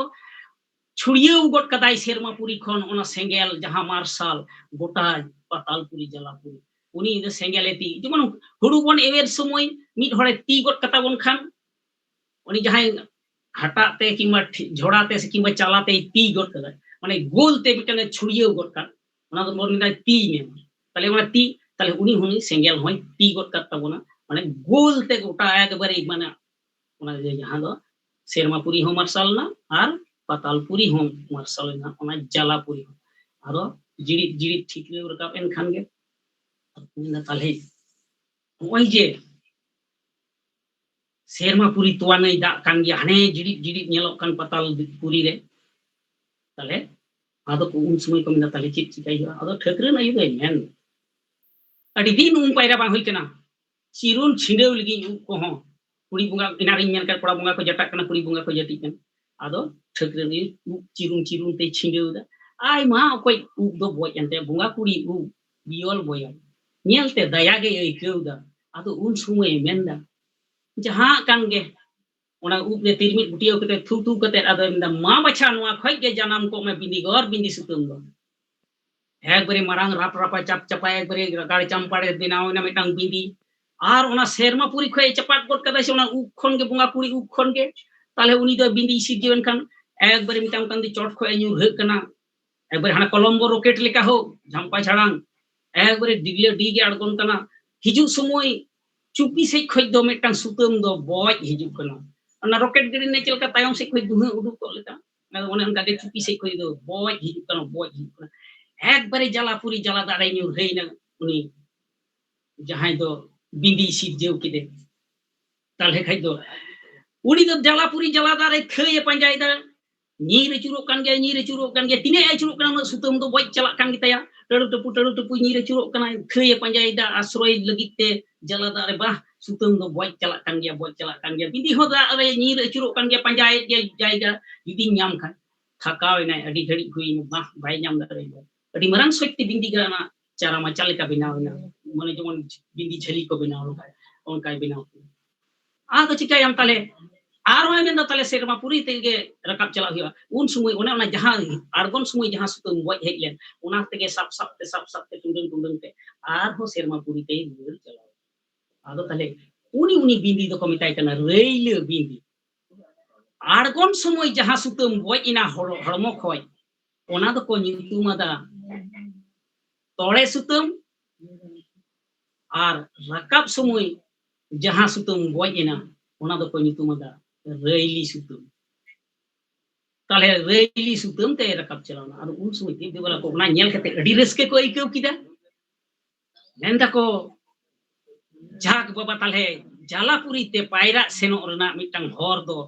ठकरे नै सिरजीवा चेलकाय सिरजीव किदा तोड़े सुतम ते बोन आड़गोना आर रेइली सुतम ते बोन रकाबा मिटंग सुतम ते जुदी बोन आड़गो रकाब को हर रेम ᱧᱟᱯᱟᱢ len खागे मोका सेजो ताले खाइ दो मिटंग तोड़े सुतम ते बोन आड़गोना रेइली सुतम ते बोन रकाबा उपाय हो हर रे तकी टपाकी बांग हुई तबोना अडी जुत मिटंग भली नपाय डहार बोन ᱧाम किदा आदन ठीक ताले उन समय देव देवालो को ओने ओना हर को ᱧᱟᱢ केत खाय ओनाते उन पायरा को आड़गोना ओनाते नेतार रे अबो हर हो सिस्टम तेम ताड़ाम खाइ दो मिटंग हर ते हिजु में आर मिटंग हर ते दो चला में रुवर में माने आम यदि आमा लिंगाती पास्ता तेम चला खाइ हनीटा हर दो आया लिंगाती पास्ता ते हिजु से जे जोंती पास्ता ताले होय जे मिटंग हर ताड़ाम सिस्टम नुआ हो अबोरन दे देवलो को उइहर चेलका को ताड़ामे ते उनका के को अबो होन ताड़ाम ताले नोडे मिटंग जिनिस अबो बिनती बखेड़ तलाते बटाय ᱧᱟᱢᱚᱜ कना गोगो हर नुना दाड़ेयाना ठकरे नै नुना दाड़ेयाना जे मिटंग रेइले बिंदी सिजेव लेदया आर उनी सेरमापुरी खय पातालपुरी आड़गोर का हरे बनाव किदा सरीगे नोडे आदो उइहर हिजु अबो बिनती बखेड़ कथा जे आबोरेन होड़ा विशे कते गे जहां ठकरे नै रुका को तु पैसे खय गोगो ताको हो रेइले बिंदी को बनाव दाड़े को कना से हानि कल्पना चावला कोलंबो रॉकेट बनाव कते सेरमापुरी ते सेन लेना रुर समय हयतो रेइले बिंदी लहो मेनते ᱟᱫᱚ ᱚᱱᱟ ᱦᱚᱛᱮᱡ ᱛᱮ ᱵᱟᱭ ᱥᱮᱴᱮᱨ ᱫᱟᱲᱮᱭᱟᱫᱟ ᱡᱟᱠ ᱜᱮ ᱟᱫᱚ ᱱᱚᱝᱠᱟᱱᱟᱜ ᱟᱵᱚᱨᱮᱱ ᱜᱚᱜᱚ ᱦᱚᱲ ᱛᱟᱠᱚ ᱦᱚᱸᱠᱚ ᱵᱩᱫᱽᱫᱷᱤᱢᱟᱱ ᱜᱮᱭᱟ ᱛᱚ ᱯᱚᱭᱥᱟ ᱞᱮᱠᱷᱟᱡ ᱯᱮ ᱟᱯᱮ ᱦᱚᱸ ᱢᱤᱫ ᱫᱤᱱ ᱦᱤᱞᱳᱜ ᱚᱱᱠᱟ ᱯᱮ ᱦᱩᱭᱩᱜᱼᱟ ᱵᱚᱸᱜᱟ ᱠᱩᱲᱤ ᱞᱮᱠᱟ ᱡᱩᱫᱤ ᱯᱮ ᱛᱚ ᱯᱚᱭᱥᱟᱭᱟ ᱟᱵᱚᱨᱮᱱ ᱜᱚᱜᱚ ᱛᱟᱠᱚ ᱢᱟᱹᱭ ᱛᱟᱠᱚ ᱡᱟᱠ ᱜᱮ ᱟᱫᱚ ᱛᱟᱦᱞᱮ ᱚᱱᱮ ᱩᱱ ᱥᱚᱢᱚᱭ ᱫᱚ ᱛᱟᱦᱞᱮ ᱪᱤᱠᱟᱭᱱᱟ ᱠᱟᱹᱯᱤᱞ ᱜᱟᱹᱭ ᱦᱚᱸ ᱟᱹᱰᱤ ᱫᱤᱱ ᱫᱟᱜ ᱧᱩ ᱵᱟᱠᱚ ᱧᱟᱢ ᱟᱠᱟᱫᱟ ᱵᱟᱠᱚ ᱧᱟᱢ ᱟᱠᱟᱫ ᱠᱷᱟᱱ ᱛᱟᱦᱞᱮ ᱚᱱᱮ ᱚᱱᱟ ᱡᱟᱞᱟᱯᱩᱨᱤ ᱫᱟᱜ ᱫᱚ ᱡᱤᱲᱤᱫ ᱡᱤᱲᱤᱫ ᱧᱮᱞᱚᱜ ᱠᱟᱱᱟ ᱫᱮᱵ ᱫᱮᱵᱟᱞᱳ ᱠᱚ ᱛᱚᱲᱮ ᱥᱩᱛᱟᱹᱢ ᱛᱮᱠᱚ ᱟᱬᱜᱚᱱ ᱠᱟᱱᱟ ᱟᱠᱚ ᱦᱚᱸ ᱛᱚᱲᱮ ᱥᱩᱛᱟᱹᱢ ᱛᱮᱠᱚ ᱟᱬᱜᱚᱱ ᱠᱟᱱᱟ ᱯᱟᱭᱨᱟ ᱫᱟᱜ ᱧᱩ ᱛᱚᱣᱟ ᱱᱟᱹᱭ ᱠᱚᱨᱮ ᱢᱟ ᱵᱟᱠᱚ ᱧᱟᱢᱮᱫ ᱛᱚᱣᱟ ᱱᱟᱹᱭ ᱠᱚᱨᱮ ᱠᱚ ᱥᱮᱱᱚᱜ ᱠᱟᱱᱟ ᱫᱟᱜ ᱧᱩ ᱢᱮᱱᱛᱮ ᱚᱱᱟ ᱫᱷᱟᱨᱮ ᱫᱷᱟᱨᱮ ᱛᱮ ᱠᱚ ᱢᱮᱱᱟᱜ ᱡᱟᱦᱟᱸ ᱫᱚ ᱥᱤᱨᱟᱹᱢ ᱜᱷᱟᱥ ko ᱚᱱᱟ ᱠᱚᱠᱚ ᱡᱚᱢ ᱵᱟᱲᱟ ᱠᱟᱛᱮ ᱟᱫᱚ ᱩᱱᱤ ᱢᱤᱫᱴᱟᱝ ᱠᱟᱹᱯᱤᱞ ᱜᱟᱹᱭ ᱫᱚ ᱡᱚᱞᱟᱯᱩᱨᱤ ᱫᱟᱜ ᱛᱮ ᱟᱬᱜᱚ ᱦᱮᱡ ᱱᱟ ᱛᱚᱲᱮ ᱥᱩᱛᱟᱹᱢ ᱛᱮ ᱟᱫᱚ ᱫᱟᱜ ᱧᱩ ᱥᱚᱢᱚᱭ ᱫᱚ ᱫᱚᱢᱮ ᱢᱚᱪᱟ ᱠᱷᱚᱡ ᱯᱷᱚᱛᱚ ᱩᱰᱩᱠᱮᱱ ᱛᱟᱭᱟ ᱢᱚᱪᱟ ᱠᱷᱚᱡ ᱯᱷᱚᱛᱚ ᱩᱰᱩᱠᱮᱱ ᱠᱷᱟᱱ ᱫᱚ একবারে ডুংরি লেকা চাপেইনা আᱹᱰᱤ দিন দাᱜ ᱵᱟᱭ ᱧᱩ ᱟᱠᱟᱫ ᱛᱮ ᱞᱤᱴᱤ ᱫᱚᱭ ᱧᱮᱞ ᱠᱮᱫᱮ ᱠᱷᱟᱱ ᱜᱮ ᱦᱟᱦᱟᱲᱟᱜ ᱜᱚᱫ ᱱᱟ ᱴᱷᱤᱠ ᱠᱷᱚᱡ ᱫᱟᱜ ᱢᱚᱪᱟ ᱠᱷᱚᱡ ᱯᱷᱚᱛᱚ उडुकᱮᱱ ᱛᱟᱭᱟ ᱛᱚ ᱟᱫᱚ ᱛᱟᱦᱞᱮ ᱠᱷᱟᱡ ᱫᱚ ᱴᱷᱤक ᱜᱮᱭᱟ उडुकिना ᱛᱚ ᱛᱟᱦᱞᱮ ᱫᱚ ᱥᱤᱨᱡᱚᱱᱤᱭᱟᱹ ᱴᱷᱟᱹᱠᱩᱨᱮ ᱞᱟᱹᱭᱟᱭ ᱠᱟᱱᱟ ᱢᱮᱛᱟᱭ ᱠᱟᱱᱟᱭ ᱱᱚᱜᱼᱚ ᱱᱚᱝᱠᱟ ᱩᱱᱤ ᱜᱟᱹᱭ ᱡᱚᱠᱷᱚᱱ ᱫᱟᱜ ᱧᱩᱭ ᱟᱬᱜᱚ ᱞᱮᱱᱟ ᱢᱚᱪᱟ ᱠᱷᱚᱡ ᱯᱷᱚᱛᱚ उडुᱠᱮᱱ ᱛᱟᱭᱟ ᱫᱚᱢᱮ ᱫᱟᱜ ᱧᱩ ᱥᱚᱢᱚᱭ ᱟᱨ उनी गई दो रैली सुतम ते आरहोय रकाब चलावना सेरमा पुरी जीड़ जरा बि आदो इना ठीक আছে चेक हुयुगा उना फतो खय ताले उन समय आदो लिटे मिताय कना एलिटे मिटन कमी हुई तला उदे चेक कमी उदा सेरमा पुरी जीड़ जरा सेरमा पुरी माने चौड़िया मेला दो छुए छुत कन अशुद्ध किदा से ताले ओडे कटी जुग्गी शांति का हुई आदो ना जुग्गी शांति आदो चेक आदो इना नि कपिल गुरुआ रेन गया गौतम अगुई में कपिल गया गौतम और नोते नुकुआ गौतम अगुई में और ना जीड़ जरा बीरना सरजम चंदन पटाई काट को अगुई में और नोडेलांग जुगी से ओना शुद्ध होयल ओना जहां ओना लिटियो बड़ी उइहर ते जहां ओना उजरा दुलर दा लिंगी उडुकिया सरम गई में अदो ओना होते के दो छूत कना अशुद्ध होकन तले ओडे जुगी हुई अदो उन समय की जुगी किदा की और जुगी तला ते किन बड़ाई किदा मिद दिन जलापुरी दाग रे कपिल गया फेड़ खन मानमी को सिर्जियो ताले उना हूं किन बड़ाई की आदो ताले खै दम ताले हे लिटे हम दो उना चिका आनेल तलन से ताले ठीक আছে नेली दिन गे लुखुया एनका गे हेना आन किछु दिन पर तो नेल दा सिटन घास दंधी नेलक कना आदो मेना लिटे चलका हेना नेता दो आना कपिल दे फोटो दो आदो मेटन घास मन कना चेक घास आदो हेचम आदो नेल बिन आदो चला ने नेल दाई सीरम आदो हेजना मेताय कना चेक घास कना आदो मेना सीरम घास ताले सीरम घास ना कपिल दे फोटो दा चिकाते जमन मोय हेना लिटे मसले में चिकाते जन्मोय आदो हेचम आदो मेना हिंदाया तोवा नई धारेते कपिल गई जे ओने जे अतिने थे सीरम घास को जमे थे ओना इते दो बन फोटो साउते तो तपु एन तया जलापुरी दा रे आदो ओना फोटो ओना सीरम घास गेले इते गे आदो ओना दो अंकुरेन खान दो ओना गे ओना फोटो चिता रे दारे आदो इन तबे लक्ष्य में चिका दिनेर पर दिन पारम चला कना लक्ष्य दे मारांग को एकबारे ओना सीरम दंधी दो एकबारे हरा इदी कना आदो उनका हरा किछु नहीं पन चल का नितार दो हेनानिया आदो इन नितार दो ओना सीरम दो खडरा कना आदो खडरा में है दो कुडरे कना आदो चिकाते आदो हेचम आदो चला में सिग्नल में चिकाते कुडरे सेन काते ए नेल दो बारिया सुएली तिजू सकाम सकाम ते किड़बिट किन दाड़ान कना आर ओना सीरम सकाम किन जम इदी जम खडरा इदी लेकिन बाले बाले सगेनो कान खाई किन जम इदी आदो किन जम ते किन खडरा इदा नुउन किना काय आदो इना तले तो हा कुलिnya चिली किन जम इदा रिटे चिंते इदा तले चिली किन जम आदो उन समय मेन तले नुकिन दो आदो किड़बिट किन दाड़ान कना तले नुकिन दो किकिड़ बिन तले नोडे किकिड़ बिन nyutumat किन किकिड़ बिन आदो सेन कते इनका किन कना ए लिटे चेक चिकाते खडरा कना आदो मेनते बारिया सुएली तिजू किन जन्मो कना उनकिन किन जम इदा जम खडरा इदा किन आदो सुएली तिजू हैं आदो उनकिन दो सुएली तिजू दो चिली तिजू या आदो किड़बिट किन दाड़ान कनते उनकिन दो किकिड़ बिन nyutum कटकी आदो बेस अडी नपाय अडी मौज नेल किन से उनकिन किन चिका दिनेर पर दिन उनी दो तुंखी तलाश रे उनिया दायित्व रे एम इदियाय कना नोते जलापुरी दा रे ओना सिरम दंधी हो नित्य दो होयतो हना 12 बीघे लिका एसेट इदी आदो तले खाइ दो एसेट चला कान खांगे दिनेर पर दिन उनकिन सुवेली हुकिन लटुई नाकिन बयसे नाकिन होयतो उमेर नाकिन आदो उन दो चेत किन चिकाया अकिन दो अपन अपन ओड़ा बनाव किन धुरिया ओड़ा बनाव माने सिरम दंधी चोट रेगे सिरम दारे रेगे तोल नाकिन लुमंग चेल लेका को तोलो आल लुमंग रन सुवेली तिजु चेल लेका को तोल पोटोमआ उनकिन हो उनका किन तोल पोटोमना अपन अपन जेमन 12 मन बंदी लेका किन तोल पोटोमना अपन अपन आदो मेंदा लिटिया नितार चेल लेका हेना किन सुवेली आदो मेंदा एकबारे नोंका तोल किन तोल कना एकबारे से आदो मेंदा बांग लक्ष्य किन में तो दारेन जानवर को जहां को जम दाड़े किन आदो मेंदा बांग बा अडी सख्त किन पोटोम कना आदो मेंदा देव लक्ष्य किन अच्छा नोंका कते के आदो ताले सख्त किन पोटोम कन खान ठीक है तो हम तो लक्ष्य रे दह किन में तुलकी तुला से दह दिनेर पर दिन नोंका के पारम चला कन হয়তো গেল চাঁদো গেল দিন লঙ্কা মিটাং সময় দো হুই না উনকিন তল পটম তিজুয়া मेनखान तल पटम तिजुआ समय हुईन खान गे उनकिन दो आदो ताले चेक किन चिका किदा ओना गेल चांदो गेल दिन पोरते दो ओना बानार पटम जहां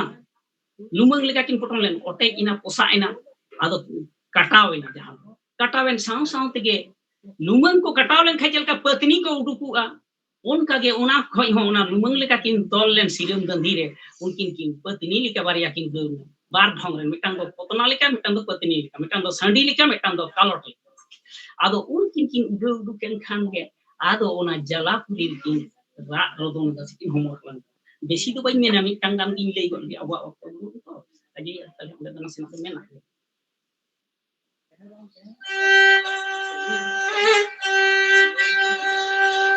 तारे तना ना तरना तारे तना ना ये ओ तारे तना ना तरना तारे तना ना ये ओ तारे तना ना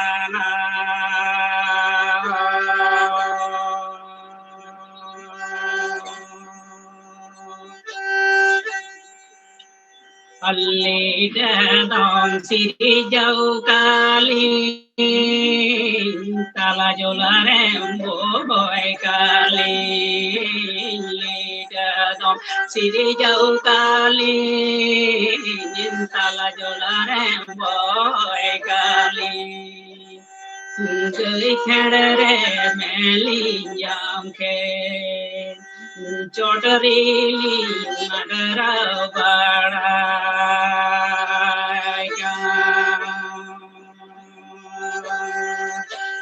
आदो लेपे लेपे किन उडौ बड़ाई कना सिरम दंधी रेगे नोआसा खय हनासा खय नोआसा आदो तालहे उनकिना रा रोदन आंजोमिना शेरमापुरी रे सीत जोनिया आंजोम के खगे मेंदाई पातालपुरी से खय दे जलापुरी से खय दे चेर ना रा आंजोमो कना इटे दुसे नेल बुकिन आदो ओने उन समय ताले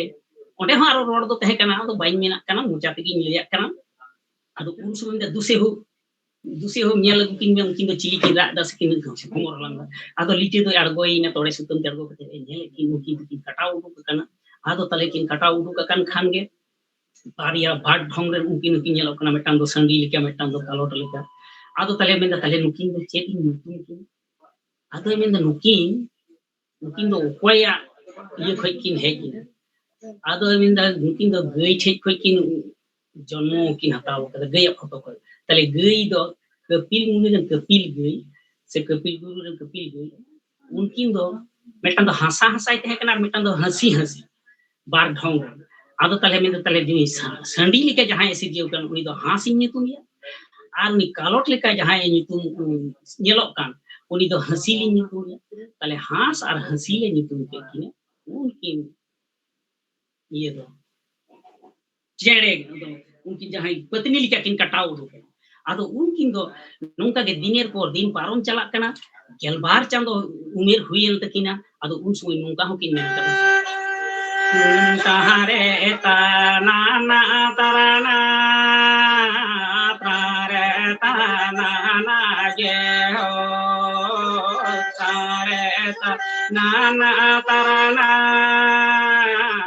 tare ta na na je ho tare ta na na na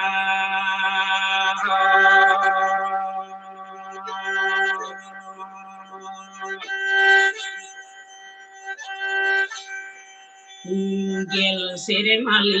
udawina, gabar seremali tharakawina, gel seremali udawina, gabar seremali tharakawina, yere ho pali jamle, dharam siri jon patal puri.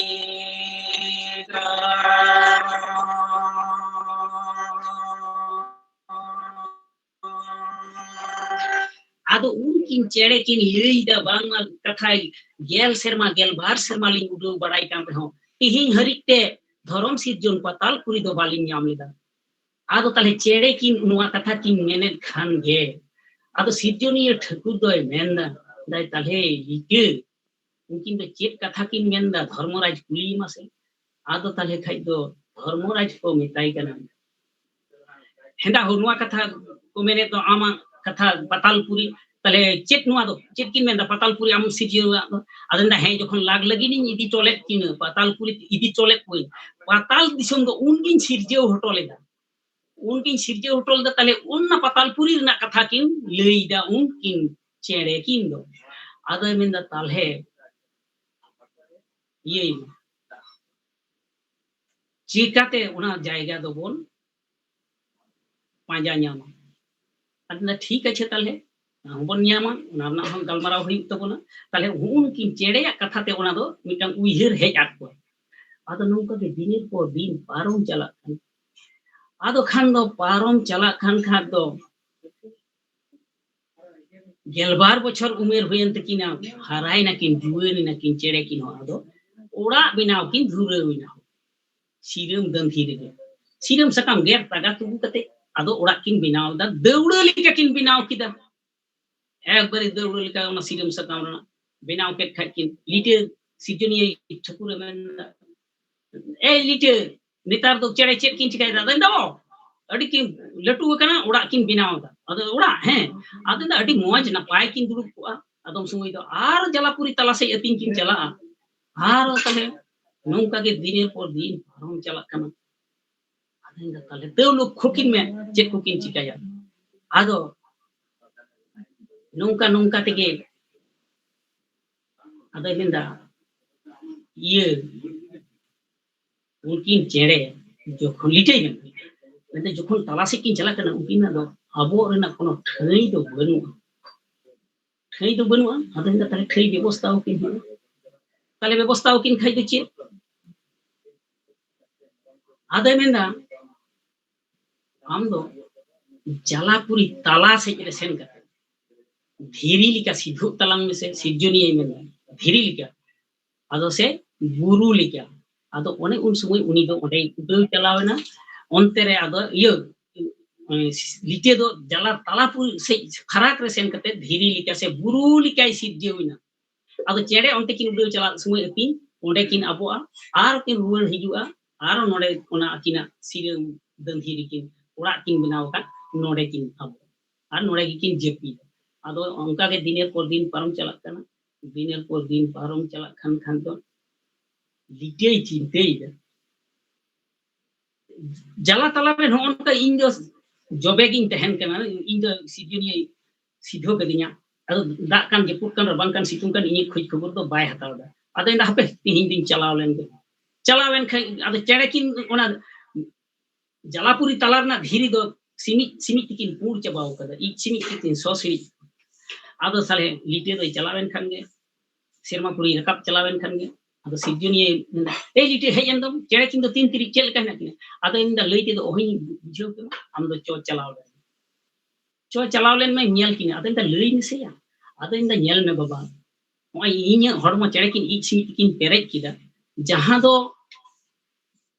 ekbari so siri chabaw kana इन हतो आपे लेकन बंगा सागान हड़गे मेनखान होय नुना माने चेद इन लई ते तो आदो बाइन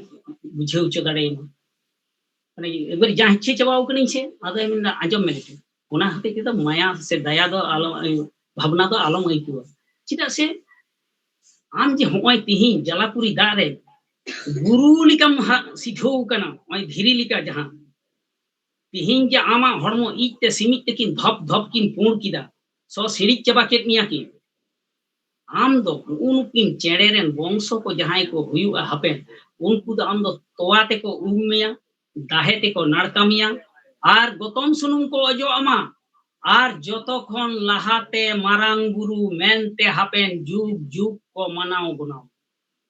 जतोखन लाहाते मारांग गुरु मेनते जुग जुग को मनाओ गुनाओ मिया आदो लिटिया दोसार जो मने जे गुरु लिकाय सिधोयन ताला जाला ओने जे धीरी लिकाय सिधोयन ताला जाला ओना हते ते में नाम दो गुरु मारांग गुरु मेनते को मनाओ गुनाओ ताले ओने उना आदो इंदा ताले जाक आदो इंदा जहां कान के मारांग गुरु ओने हते ते लिटिवा आबोरेन मारांग गुरुआ साज दो हुयु कना पूर्ण गे मारांग गुरु रेन दाणे दो हुयु कना पूर्ण बुदा पूर्ण साडी गे आर जतोखन लाहाते मारांग गुरु दो बोन दूर रे चडोर रे चुरुई रे उनी दो लाहाते बोन आदो ताले होय मारांग गुरु होना कथा एनलुए मिता दिया आदो ताले खाइ दो ठीक गया आदो इंदा चो ताले नेल लेकिन में आरगन में इन लई दो हन बुझाव कि मतीन ती की हारा चो तबे आदो लिपि दो तायम कना तिबे ठेकु दो लाहा चला कान खान गे आदो सिजनिय छकुर जखन के जलापुरीते आड़गो गट आड़गो साव साव ते के चेड़े दो किन मेंदा ताले से उना गुरु लिकाना सज मा बाकिन नेले उना आहला मा नितो मा दिके मा रकाब कान आदो ताले खाइ दो मोने इदाकिन ताले उनी गे कानाय उनी ओना गुरु दो आदो एकबारे धूत बारिया वार्षिक खय हे कते एकबार वार्ता में सिजनिय ठकुआ वार्ता रे आकिन आप बना आप साव साव ते के गुंतिरी चेड़े एकबारे मिताम कन करी घाम उतर नै सिजनिय में ना ओना मोलंग रना उद्गिरदा में सैया हड़ियर आड़गन कान ताया ओने उन समय चेड़े चिकाय नोनका कते ए खायत किदा ना रामाते उद्गिरदा हार नोंका इरची गट करे चा बाबा करम कोपाल नोआ खय के काराम दो दारे को आदो ओना इरची साव साव ते के एकबारे सिरम दंधी ठे चलावना ओना उद्गिरदा दो ओना ठे न्यूर हेइना साव साव ते के ओना खय के उद्गिरदा खय काराम दारेना रामा रेना उद्गिरदा ते काराम दारेन ते काराम डोग दो रामा लेका गे चापड़ाइना ताले सिरम काराम जनम तोरा रे गाते दो किन सिरम दंधी ठेन गे काराम दारे ओने जे बिंदी गना चरा मचा ठेक गे तो पी गे फोटो ढांग लेन ओंडे गे सिरम दंधीना ओंडे गे काराम हो दारेना आदो ताले जाकलीते हो आदो छले नाम किदा चेड़े किन दो सिरम दंधी तुकेर किन अबोआ आर काराम दारे रहो किन अबोआ आर उनकिना ओने जे तुके ओंडे दो उमूल गे ताहेना सी काराम दारे ते आदो नोंका के दिनेर पर दिन पारम चलाकान के किया रे किन दो आदो इतेरन किन पोटम किदा हो इतेरन किन पोटम के खान बारोमन बंदी लिका किन दड़म किदा मिटान लिटे दो नेल कते हाहाड़ा ना नुकिन चेड़े दो चित किन चिका किदा दिमारा मिटान इतेरन किन पोटम का ताले तार माने किन बिली किदा हो आदो ताले सिजनिय दे चिले लिटे नेटा तो चेड़े चेड़े किन चेक किन चिकाय दा आदो इंदा आरालम मेना बाबा एक बार इतेरन किन पोटम कदा बारोमन बंदी लिका मिटान किन दड़म कदा आदो इंदा नेल में ना जलापुरी दा रे आइमा लाख को लगिन को हेना को तयार मंगड़ को हेना को जम दाड़े को लुखई में जाते आलो नष्ट मेनखान नुआ माय लई के दोसार हिलो हेज कते ए नेल ओना बिली तो बनुआ कोय चको माराव का कोयो इदाय ताला जोला सेई रे मिटांग डोंबल मिट हड़े चापे बड़ाई कना ताले दारे लेका डी मारांग लेन बॉय मेनखान डुबुई तो बाय डुबुई दाड़े आखन नि हड़ दो जम माय जम का आ देड़ हो बाय देड़ दाड़े कना तो उन समय ए हो हांडे हेलम से हो अंदा को इñam होइन कना अंदा हे अदन इन दे एटा सिन चला कान दो हो अदो नि लाग हड़ दो उनकाय मेन खाते बाबा नित के हिजुआ मारम सेनो अदन तो परे तलंग गलमारा हो नि लाग हड़ दो मेन अदन तो बाम हेज गदो में अदे हेज ना अदन चे अदन नोडे उनकिन चेड़े किन इतेरन पोटम कते किन दोहल से किन बिली ना तो उपाय माराव कदम बड़ाया अदन उना तो इन बइन बड़े इन नेल ना फराक रिन थे का हो दिन तिन हेज मेनखान इन बाइन बड़ाया अदन दला दला सुरलन गल्प अदे हेज सुना अदन चे अदे साप को कदिया साप कते ते केना होय आम तो तारले तारले का लेंग बोन हड़ेम तहे कना मेनखान तिहिन तो अमा लाइट तो चिकाते डब डब नेलोक कान तमा हो होय अडी माराम फुलाव गे आदो ठीकेम जम का आदो तो बांग हो बांग पति एक बारी बइन जम का आदो मेन द बांग आमेम जम का आदो मेन द जम कदाम ताले खान दो कुलई आदो इन द बांग पति में बाइन जम का द बाम पति मेन द बाम जम का पूरा बाचा साब उरी किदे आदो नोका चुपी से इरे साब किदे आ चुपी से इरे साब कते एक बारे हॉट इदी कना हॉट हॉट एक बारे मिटम कान सुनुम हरता दो पुटा चला कान ताया एक बारे पुटा चलावना और उना जहां बिली जम का उना एक बारे हॉट उडुक गट करे एक बारे हॉट उडुक सामते के उना दरुल कान तुकरे हॉट उडुक के खान गे गोटा के हेना ठीक गे हेना बांग कुसा कान आ नुई होय हॉट छाल गट करे सुनुम हरता दो पुटा एना माते गे निता हम कुला को पुटा गो गया और उनिया उना 20 दो जो तो हॉट उडुक गट करे जहां कपिस तहे कान आर सपान तो एमा दिया नुआ कथाय रोड मिटा दिया आम तिहि नुआ बिलिम जम लेदा नुआ खोन जहान को के को सिरजिया उनको दो आम दो हपेन बीन ससांग बीन बुलुंग ते को जम ताले होय ना कथाय सपान तो मिटा दिया आदो उनी दई जाम बड़ोयना हो 20 मचावाय एंता ताले आदो चिंतईदा नुई मा नंकाई सासेत केदे 20 चबायन ते नुई दा बाय हिजु नेखे एटा को तो आरो लाग लगिन को हिना को ताले चिंतईदा ओने उन समय उनी दो आया हड़मो मइली खन जाम तंग चेड़े बिनाव केदा चेड़े रे राज गरुड़ जहां दो घंडा गरुड़ उनी गरुड़ चेड़े बिनाव केदा आर करम दा टुई रे कदया आरे मताय कना आम नो में कन दाड़ी इमाम कना जहां तिने नो जलापुरी खन बिन कान किदिन कान जहान को हिजुआ आम दो गोटा गोटा जम कोम आम ठे को 20 बांगला ठा आम को जतम जम हजामा ताले आदो उनी उना सपान ते दिया ना दाड़े इमा दिया अरे आप कदिया जहां को हिजुआ इन तो सारा दिन तो बाई हरहो का ताले उनको को हेज कन से गोटा गोटा जम को आदो ताले आदो आज हो आदो उन ड्यूटी ना चाप दो आदो बांग ताहेलन ताले नोडे बुन बुझ किदा होय नोंका कते नी दो सस्ती मा दिया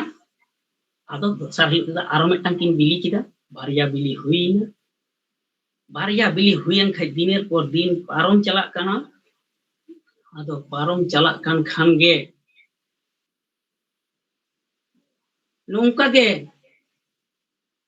गेल चांदो गेल दिन समय दो सेटेरेना ओना बिली हो ओटे इना पोसा इना कटाव इना राप रापा चाप चपा ओना बिली खन बारिया चेड़े लिका दो बाकिन सिरजियो लिना बारिया ती बारिया जंगा हो नोंकान हड़ किन सिरजियो ना मानवा ओना चेड़े बिली खन मानवा किन सिरजियो इन खान तला जला रे जमाम कते मानवा दो अडी जला रे किन पड़ावना ओहाय ओहाय किन रबा किन धुरेउ कना आदो खान दो किन राइट खान दो झमेला कान गया ताले चेत लंग चिकाया चेड़े किन दो समस्या रे किन पड़ाव कान हपन माया जला सुरु मा सनाय कन बाय सुर दाड़िया कना इंगात हो आर आपात हो उनकिन हास हो बांग हास बाबा हो बांग आर हसील गोगो हो बांग ताले उन समय नोंका हो किन रोड इदा उनकिन चेड़े किन तारे ताना ना ताराना तारे ताना ना जे हो तारे ताना ना ताराना तारे ताना ना जे हो तारे ताना ना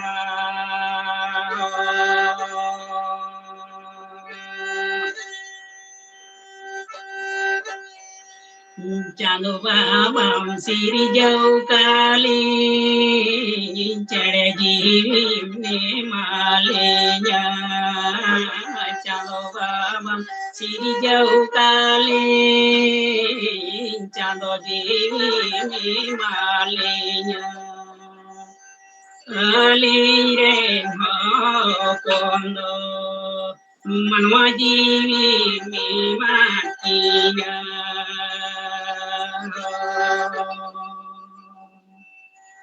नालिरिया हसा दुड़ी दा बानु ताली setelinya surharati. Ado nooi nungkan kata kilida aling ren hopon do manua jiwi kana kin. Ado noona ra rol serma puri te rama rakap kana.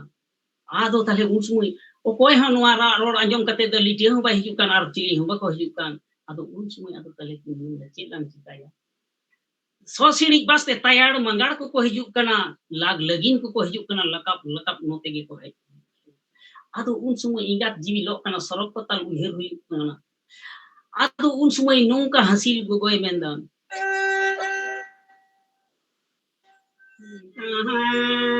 Nareta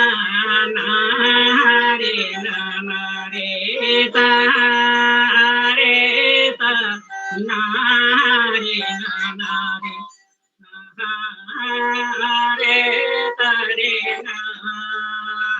nareta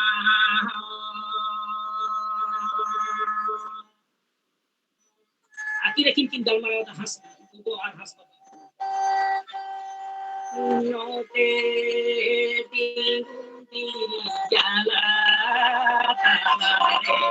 note di jalan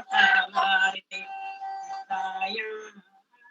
manggar ko pujaha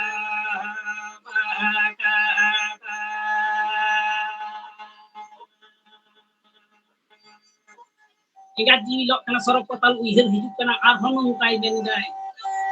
hasil ko to kita hen bang sinyer halang kinti kita hen bang sinyer halang kinti dara ta hen bang sinyer hoborati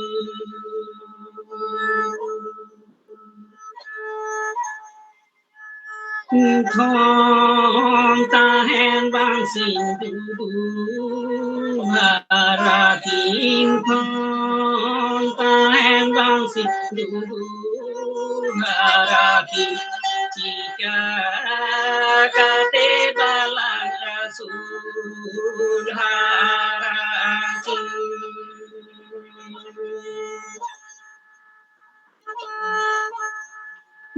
Tingun huyukana mane ware niga apa tingun huyukana mane ware niga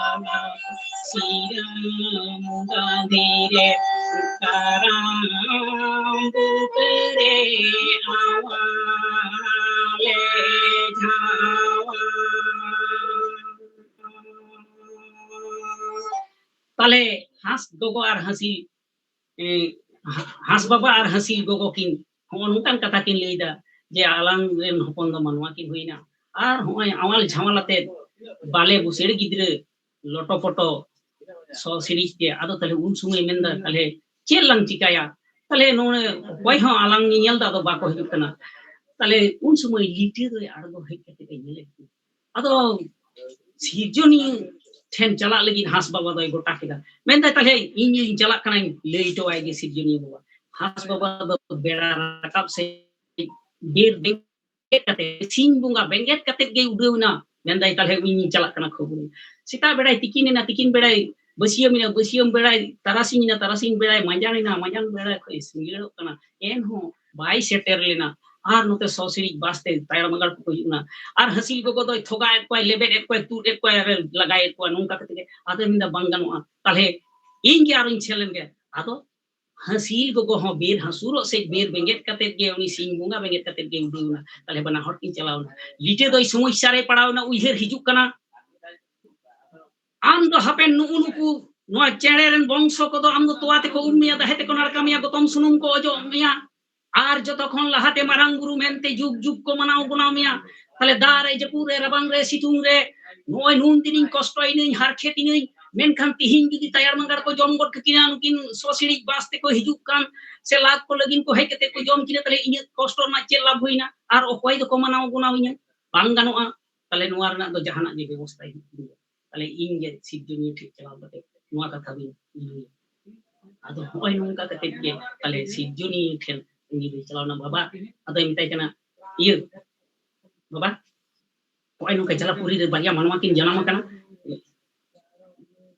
ᱮᱸᱜᱟᱛ ᱟᱯᱟᱛ ᱢᱟᱠᱤन ᱩᱰᱟᱹᱣᱮᱱ ᱯᱷᱟᱨᱠᱟᱣᱮᱱ ᱟᱫᱚ ᱛᱟᱦᱞᱮ ᱱᱤᱛᱚᱜ ᱫᱚ ᱛᱟᱦᱞᱮ ᱩᱱᱠᱤᱱ ᱫᱚ ᱛᱟᱞᱟ ᱡᱟᱞᱟᱨᱮ ᱟᱹᱰᱤ ᱡᱟᱞᱟᱨᱮ ᱢᱮᱱᱟᱜ ᱟᱠᱟᱫ ᱠᱤᱱᱟ ᱛᱟᱦᱞᱮ ᱩᱱᱠᱤᱱᱟᱜ ᱪᱮᱫ ᱵᱮᱵᱚᱥᱛᱷᱟ ᱦᱩᱭᱩᱜᱼᱟ ᱟᱫᱚᱭ ᱢᱮᱱᱫᱟ ᱱᱚᱜᱼᱚ ᱟᱣᱟᱞ ᱡᱷᱟᱢᱟᱞ ᱠᱟᱛᱮ ᱞᱚᱴᱚ ᱯᱚᱴᱚ ᱦᱮᱱᱟᱜ ᱠᱤᱱᱟ ᱟᱫᱚᱭ ᱢᱮᱱᱫᱟ ᱛᱟᱦᱞᱮ ᱪᱮᱫ ᱮᱢ ᱪᱤᱠᱟᱹᱭᱟ ᱵᱚᱸᱜᱟ ᱠᱩᱲᱤ ᱫᱷᱟᱹᱛᱨᱤ ᱫᱮᱵী उनी धरती आयु उनी होहवाय ने उनी गे आमाल झमाल कोई गेट तकिना आर अरुप किने दर हलांग किने ताले उनी दो ताले उनी ठे चलाव अदय मिंदा इने दो चेक लाभ अदय मिंदा लाभ दो बाबाय उनी करिया दो उनी ठे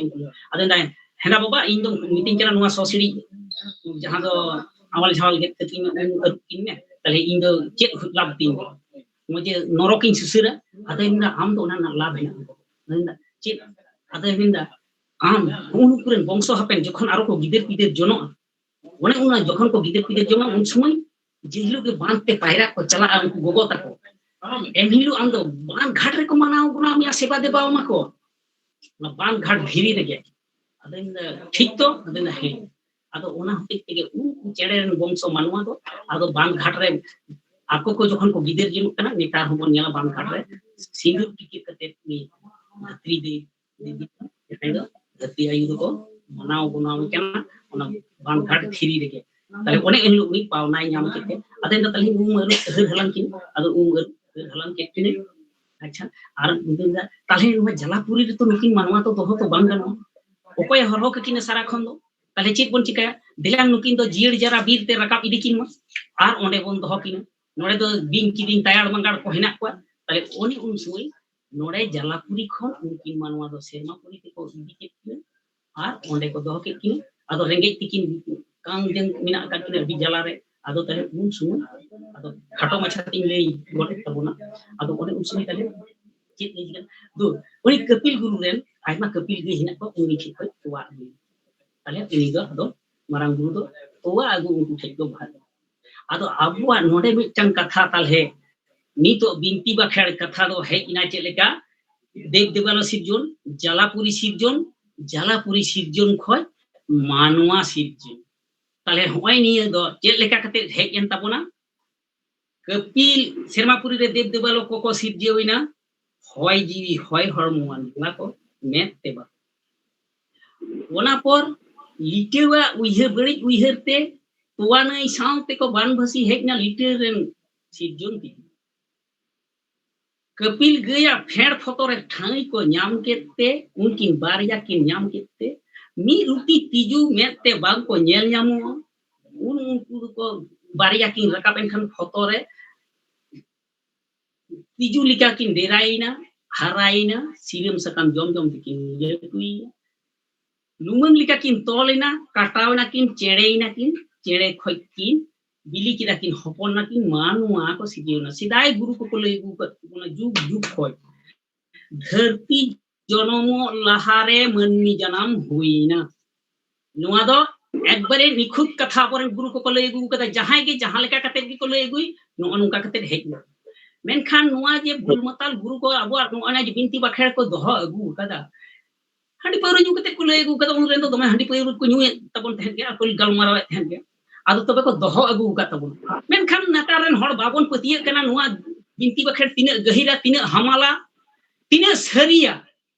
ना तो पतिये दो अपाय हो निता शिक्षित जुग रे बाबन पतिये कना तबे नोडे कटी इने मोने रे उइहर हिजुक कना पतिये आर बाबन पतिये अब भारत दिसम रेन माननी आदिवासी को से एटा दिसम रेन पतिये आर बाबन पतिये एटा दिसम साहेब मेनते जर्पी दिसम साहेब चेत ए मेन कदा नुआ कटी बोन बडाई कामा जर्पी दिसम रेन जर्मन विज्ञान एडवर्ड्स फ्लूजार चेत ए मेन कदा समुद्र जले प्रोटीन जातीय थल थले पदार्थ থেকে এককোষী জীব সৃষ্টি হয় समुद्र जले प्रोटीन जातीय थल थले पदार्थ থেকে এককোষী জীব সৃষ্টি হয় এককোষী জীব থেকে বহুকোষী সরীসৃপ সৃষ্টি হয় বহুকোষী সরীসৃপ থেকে পক্ষী পক্ষী থেকে অ্যাপস মানে শিল্পাঞ্জি মানে বন মানুষ মানে বীরহর মানে আবো মানওয়া পেলচা পিলচি তকিন জাহাই দো ताले उनकिना कथा नोडे हेज कना ताले कि जर्मन विज्ञान एडवार्ड फ्लूजर तो अबोरेन हर घूस को एम टोआ को तहे कोटी कोटी बछर पर अपेरेन गरम कोड़ा जमने लैमा जखन मानमी भारत दिसम हरि सांताड़ को चलाआ ओना कोटी कोटी बछर आपे नोडे खय सपोर्ट कोपे जे सांताड़ा बिनती बाखेर नुन हमालाना मेनखान नुआ की कथा कना नितो गवेषणा कते को नेल किदाय बांग नोनका कते ताले अबुआ कथा चिरमेगा उनी देन समुद्र जले प्रोटीन जातीय थल थले पदार्थ फतो ताले उना कपिल दे फतो उना मा आबर अडी जुग लहारे को लई कत तबन हो ताले आर मेनदा चे एक कोसी जीव सरीगे मेते बांग नेल न्यामो मी रुती तिजु मेनखान ओपय लिटे सिरजन तिजु हो उना समुद्र दार को भासाव लेन दो समुद्र या दार उनको थेकिन ᱧᱟᱢ ᱞᱮᱫᱟ कपिल दे फतो ताले आबो दो बोंगा सिरजन लिटे सिरजन खय मानवा को हेजु कना चेल का कते ताले ओंडे खन चेड़े की हुईना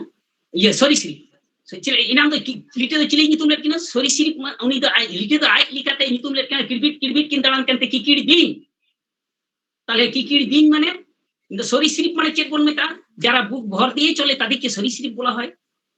ताले बिन की दिन को कथा नुआ दो को लई केदा ताले उन सॉरी श्री ᱧᱮᱞ अब किकिड़ बिन गे उनी होय सपोर्ट कदा जे सॉरी श्री खय के चेड़े को हुईना ताले उनकी लुमंग लेके किन तोल पुटमना कटा उडुकेन खाइकिन ठीक अदो उनकिन गे चेड़े की हुईना जहां दो पोतना पत्नी हास और हंसी बोन नितुन के उनकुरेन वंश को बिलीना को हपन के खाइकिन मानवा की हुई ताले एफ से सिपांजी से बन मानुस ताले नुना सुखम से नुना जुत सही इना सेदाय गुरु को लई कदा मेनखान व्याख्या तो बाको बड़ाय विज्ञान साउते होन का जे विज्ञान को सपोर्ट तलेया नुना हमालाना नुना दामाना होना कथा दो बाको बड़ाय तबुना मेनखान इन तो इये कथा तो बई लई गुरु को कथा लई गुरु को नुका को लई गोबरा अतो आइमा को लई गंके अडी सरहाव अडी अक्तो चलावन तबना गलमराव दो बांग मुचुदो अडी बिनती बाकी दो बांग मुचुदो अच्छा अडी समान कथा समान कहानी को ले ले बिनती को ले ले अले नवा तलवारी 2020 कन्वर्सेशन सेतना उना लगी अले पाठा खन अडी जोहार ले चलम कना आल अडी सराह ले चलम कना नोंका के आम दो बिनती बाकी तबन में दिसोमेन मनवा सचेतन को आ नो अब जहां ला लखरना नोकान की कमी बरे सेतार की छुटो तहन में नोआ ले आसोआ मोडन सेटर कना नोआ ना अडी अडी सरहा दोढ़ा तार ले चलान कना अले तरफ खन डुबु दोहार ले चलान कना आदो गमके नोकान अखारन सेटर कना अमान कथा ले आजम किदा दिसम हर हो नोआ तरते को आजम किदा हापेन दिन को आजमा सनम को उपकृत उज्जवल कुछ बुझी करे आदो निया आ कथा कते की तिहिना आका दो नोडे गिलम मुचेदा आदो मा अले पाठा खन अडी सरहा आ डुबु जोहार तहे मा एखान इन पास्टा को होय जोहार मी बार एतम को दो मेना गया आदो ओना करे दो पे इकी कइन कान ताबन गया और ऑक्तो दो में कम कथा ते मेन हुई कान होतेते ओना को आदो हयतो लाहातेना बिनती खय दो नासेना आरोइन कम कादा आदो ओना होतेते नोडे सिरजुन मानवा सिरजुन हरि गिन लई के तबना कम कथा ते रहो आदो नुआ दो ओनी इन दे मी लई कदई माने 12 घंटा धरे बिनतीआ नुआ को दो आर जदी भाली जुतेम बिनती ताले पे महा लगा हैं आदो मा एखन सनाम को गे नियलिए को हो सनाम को गे जोहार एतम कोई करे पे इकी कइन कान गया मा नीचे जोहार तीन आखरा तीन एपिसोड नंबर 40 नोआ दो नोडे को मुचत किदा मा एखन सनाम को जोहार निदे जोहार जोहार हमने तो बोला तो जे आरो इनकर उनका भी प्रोग्राम किया ने जहां को पे एजम किदा पे खुशिया खाना आरो उनका प्रोग्राम भी नेता से ओंडा के तो सुजोग दो ना तो नेट रे प्रचार आदो नेता को दे खुशिया खाई तो को दे हमना को पाई ना ना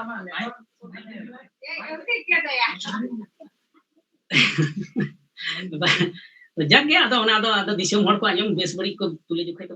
ना तो कम कथा ते मेन दो कजी अडी को सिरिंग को तो बात है ना से